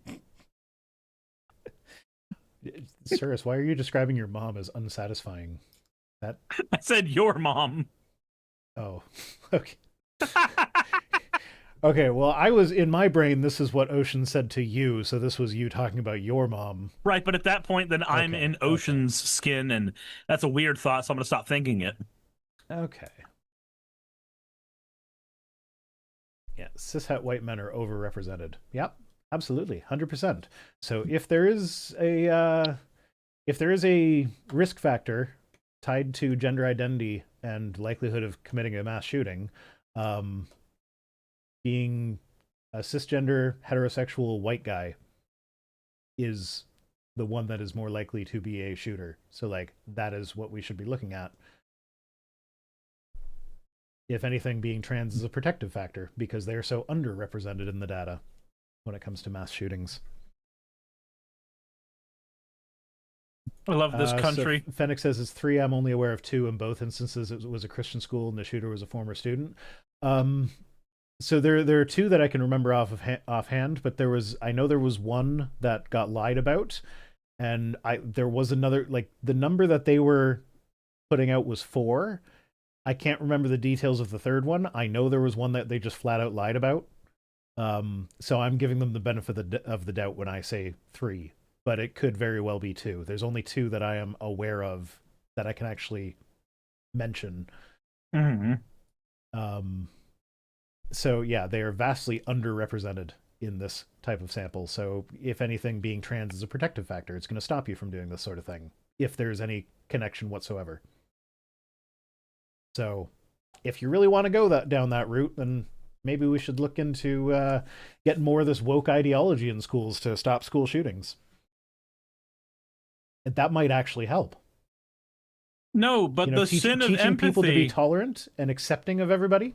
But the sin of empathy. We can't teach children the sin of empathy. Yeah, I know. How bad would that be?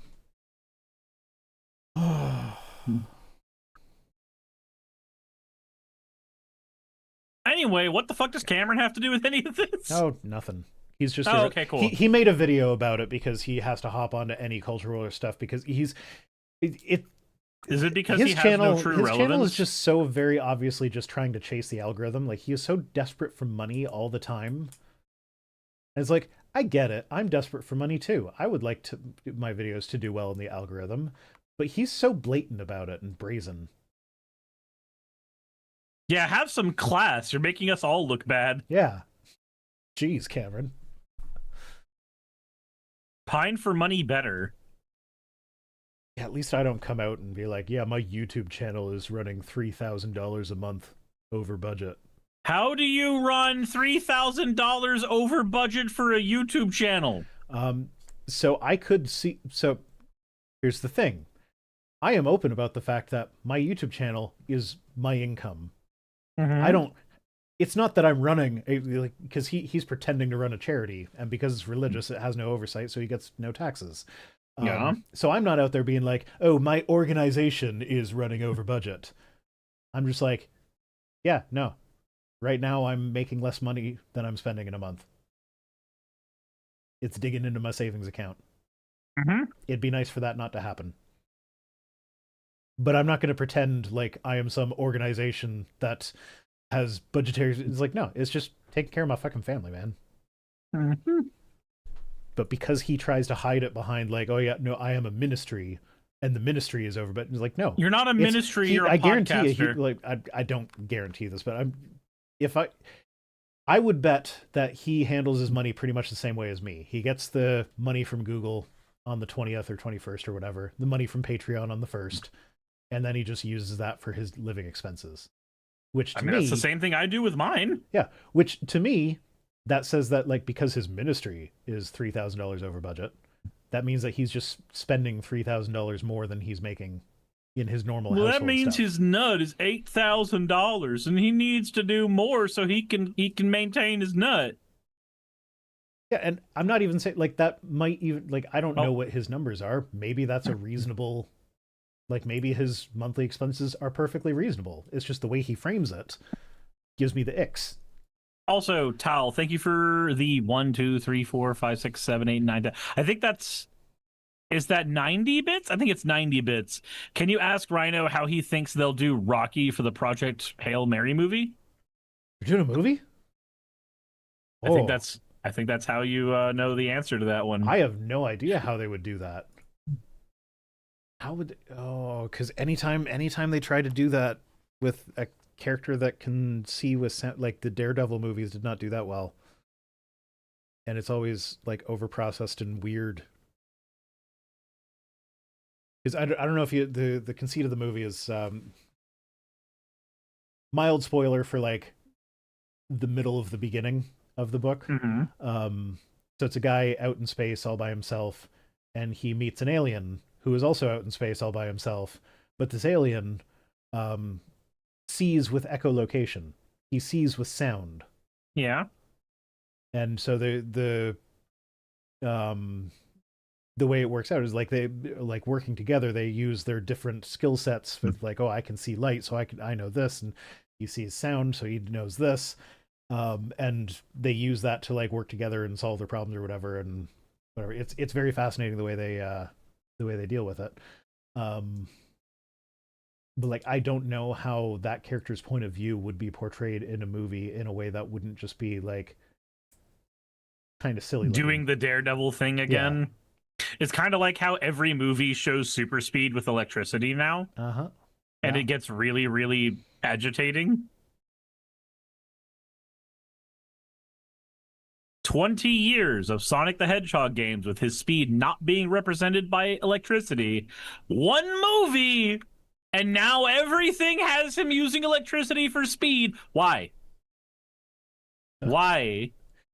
John Helfin says, yeah, if you want to make money, just be a Let's Player. You have 20 videos for free. All you have to do is just play a game. I don't have the personality for that. It's like, it's not just about playing a game. It's about, you have to be on while you're playing the game. Like if I stream Silksong, it's going to be very boring for the people who watch it. I will get like maybe 5 or 6 viewers. That is one of the reasons why there's millions of people who play video games, but there's not millions of people making millions of dollars doing it. Yeah. And part part of the issue there is that the personality that you have to put on to actually become popular at that. Hey, what's up, everybody? Welcome, It's Rhino so Nation. Let's get goddamn right in obnoxious. here. I can't Let's go ahead and stand make it. sure that I know. we're going to get this W, everybody. I think you know what's going to be happening. I've kept my head in the sand about this game for 12 years, but I am excited to show it to you right now. Let's get into it. I don't know what happened to Cirrus. He is gone. Just disappeared. I don't know what happened there. I mean, I know how much that annoys you, so I wanted to just tap into it for a sec. I mean, I'm the one that opened the stream with that stupid skibbity riz whatever the fuck. You're also the one that opened up the stream going, I'm sorry, guys. If I'm not really myself today, it's because I'm not. Because I did not get enough sleep. I did not get enough sleep to be Vice Rhino. I don't even have a vice right now. But if God can save me, I'll stop being Vice Rhino and I'll instead be Virtue Rhino. I don't consider Christians to be virtuous, so no. John Michael Nemerson, Jean-Michel, I don't know how to say that name. That's an American flag person. So okay, cool. Yeah, this so is he's another. gay. Well, this is a Cracker Barrel post. So I'm absolutely disgusted with your new logo. When will you learn that most of us do not agree with woke practices and love our history and do not apologize How is it woke for it? to have a fucking flat Because logo? they silenced the white voices by taking away the white man. They got rid of the cracker and Cracker Barrel, and now the gays are coming for me. I mean, realistically, what probably drove that decision was we want a logo that's going to fit in the circle of a social media icon. Yeah, that's what. So that's the reason why logos changed in the first place in the last 20 years. The mobile phone market, as applications started to turn into buttons, and as those buttons went from being EXEs on your fucking screen on a computer to being something that looked like a nice little clickable rubber button on your desktop, on your phone, company logos followed suit because they looked better as an application that way, because brand consistency meant that they needed to have their brand look the same way everywhere so that it could be recognized by everybody, no matter the circumstance. Your culprit is not the woke. Your culprit is capitalism. Always. Yeah. Oh, Jenna Ellis.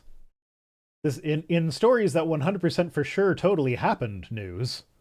I'm in Scandinavia, and the sommelier at a restaurant tonight asked where in the US I'm from. When I said Florida, he said, DeSantis, he is the best. He is loved worldwide, and especially here. Everyone understands and respects genuine leaders. What? And then everybody clapped, I'm sure. Yes, obviously. The fuck are they? Who is this for? Who is this person and why are they breathing? Who is this for? This is Jenna Ellis. Yeah, who is that? You don't know who Jenna Ellis is? No, and I'm pretty thankful for that information, actually. Wasn't she Trump's lawyer? I forget. She had like a big. She's forgettable, clearly. I reiterate what I said. Who? Okay. American conservative lawyer who was a member of Donald Trump's 2020 re-election campaign's legal team. Okay. I'm sure we've covered her before. We've covered stories where she is the main character. Probably, and then I forgot her again. She's like Vanilla Christy Gnome, which is okay. Saying something. Now, that's saying Christy Gnome is chocolate, and I'm sorry, there's more flavor in that sentence than she has in her entire personality. No, yeah, gotta admit, it takes a lot of personality to shoot a puppy. No, it doesn't. Not good personality. Altfact says, check out this crazy cracker. Y'all remember when people were getting knocked off of Twitch for saying cracker in regards to white people? Wild times. There were a bunch of streamers that got temporarily banned for saying cracker on Twitch. She worked with Rudy. She was sitting next to Rudy while he was farting in the courtroom. That's Jenna Ellis. Yes. Thank you for reminding me, Drew. So she's a fart That puffer. that was when that was the fart where Rudy farted loud enough that like it got picked up by the microphones in the court. So like you can actually hear it. Oh my god. So you're saying she's into farting? No, she looked really grossed out. She did. So not you're saying look she's like she wanted to do really that. into farting and humiliation? Sure. Sure, we'll go with that. All right. The justice cometh. This is Cracker Barrel stuff again. It says, yep, you just got put on the no-go list. Go woke and go broke. I won't return and I'll tell everyone to do the same. Fire the CEO and change the logo back and I'll consider coming back. Until then, you're on the MAGA no-go list. The MAGA no-go list. Don't these people hate cancel culture? I thought they did. But they're very into it. Especially when it comes to people burning flags and looks like a fetish at this changing their point. logos. The humiliation, that's what gets me off, actually. Okay, well, keep it to yourself. I like being wrong on the internet in front of an audience. Why we stream? Yeah, you're right. We wouldn't have the jobs we had if we didn't like being humiliated at least a little. Nobody becomes a YouTuber expecting respect. Stop saying those weird things. Why do I have a stiffy?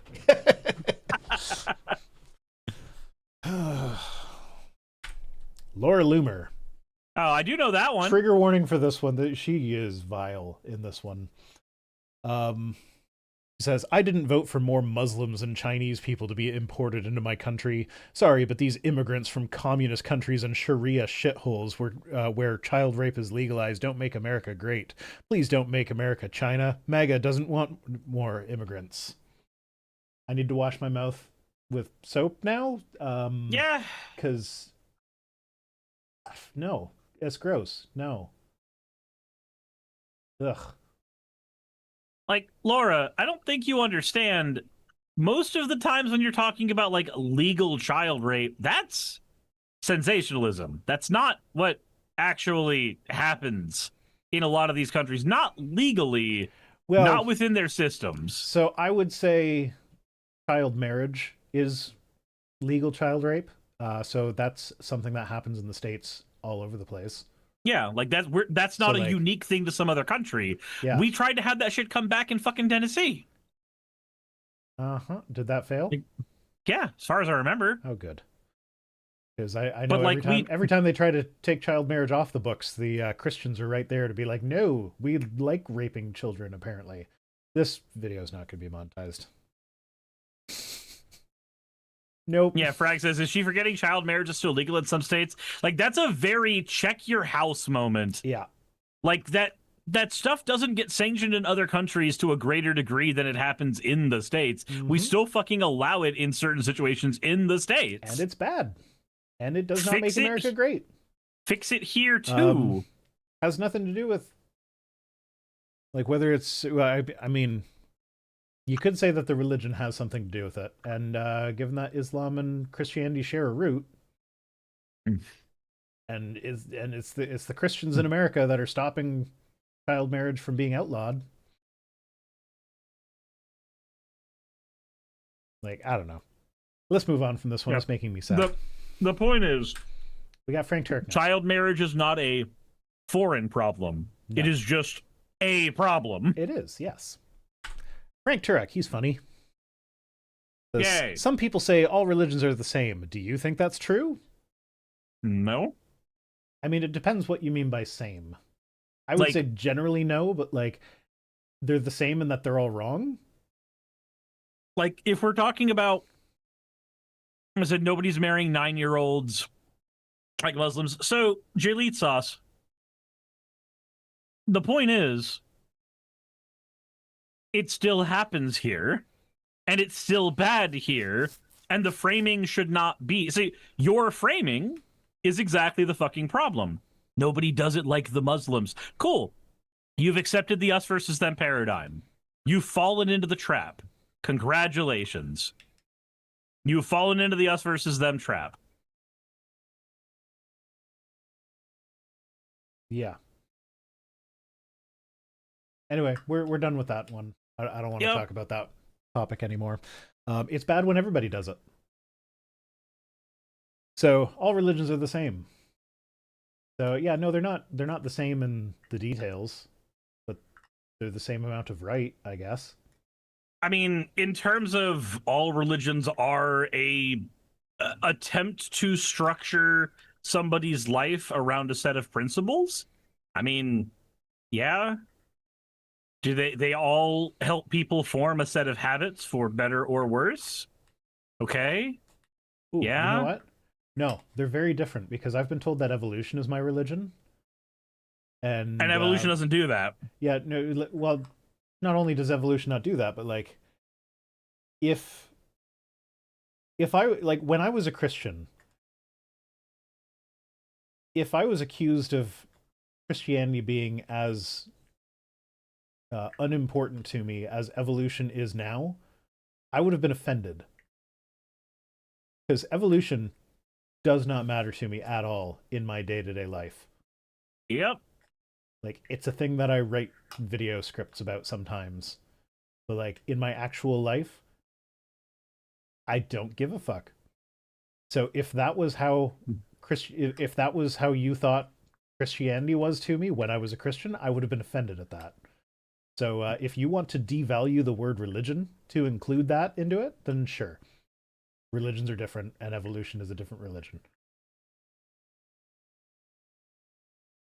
Yay, Frank Turek, everybody. Comedy gold. Yeah, I figure he always asks these engagement bait questions, so I'll engage it, but not on his platform. The White House posted "Go woke, go broke" with America First and an old cracker on the barrel, an orange cracker. But it's just AI slop. Get it away from me. Yeah, but this was their way of acknowledging that Cracker Barrel has said that they're going back to the old logo. Yay. Will Menitis says, if you talk to any serious hiker, they're like, yes, demons are real. Make sure you don't walk along a stream for too long. Sometimes a witch trails me for miles. Avoid wearing bright colors and pray being entering the forest. The ancient is still very much alive along the edges. What? Do you know if what if you talk to any serious hiker, they're demons like, are real. Yes, demons are real. Make sure you don't walk along the stream for So wait, are you just saying that people who go on hikes are generally superstitious? People who go on hikes find witches following them by streams. I can't even parse together what superstition this is referring to. Like, I'm like, witches following on along streams makes sense because you want to, like, a witch would want to catch people before they move across the stream where their powers stop working, because a common trope in fantasy is magic not working past running water. But Cindy Vella says, I hike 8 to 15 miles twice a month. I'm the only witch in the woods. Well, that's why you don't see the other witches. Because you're the only witch in the woods. You said it yourself. Speaking of, I forget what the YouTube channel was, but my partner's a little bit on the witchy side. I got her for Christmas last year or the year before some merch from a YouTuber that not even a YouTuber we really watch, but the merch was branded "The Witch in the Woods." And so like she got mugs for that and a cardigan.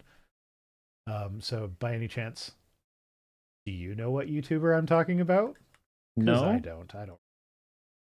You bought the merch, not me. It's someone who did cute little animations and told personal stories while doing it, and some of them were cute. And oh, so like most storytime YouTubers? Yeah, it was just I guess a storytime YouTuber, sure. Some of the stories were cute, but I liked the merch, so I got the merch. Okay. Speaking of merch, fuck my pillow. It's buried. Speaking of merch, Gay Unicorn Gary, go to merch.vicerhino.com. You're really good at plugging that. You should do that more. Speaking of plugging, guess what Gary's horn is? It's a dilder. It's specifically a butt plug. That's a dilder for your butt. Plug. It is a staging plug. So you can do staging. It's so that when the wiener goes in, it doesn't hurt as bad. That's what it's for, in case some of you didn't know. Is that a thing that people don't know? Get her the new tarot card set from Sonic the Hedgehog. I don't know if she would appreciate that, but it's got. I mean, it is a thing that Amy Rose is known to do. So yeah, get her Sonic the Hedgehog merch and get her to care about Sonic so that she can vicariously force Rhino to care about Sonic. This is a perfect plan cooked in the bowels of autism. Great. I love it. It's I don't think it's going to take. We're going to try. Just for the record. We're going to try. I'll give it a go. This is the last one though. So we're ending on the Witch in the Woods. Oh, okay. Stop says that staging plug has nothing on my largest plug. Oh, fair enough. Your largest plug isn't meant to train you for a small one, so yeah, obviously. Yeah, that is. The stager is meant for training for people who are starting. Don't start with the largest one. Don't start with one of the dragon dildos. Hey, everybody, did you know this dragon's pretty awful? You could even say they're bad. Bad dragon dildos? Yeah, they're called bad dragon. That's what that was the joke. Thank you. I knew they existed. I did not know what they were called. Yep. There we go. Okay, well, on that note, we're all on the same page now. So, yeah, as you always, have some things to Google now. Fuck off or fuck on.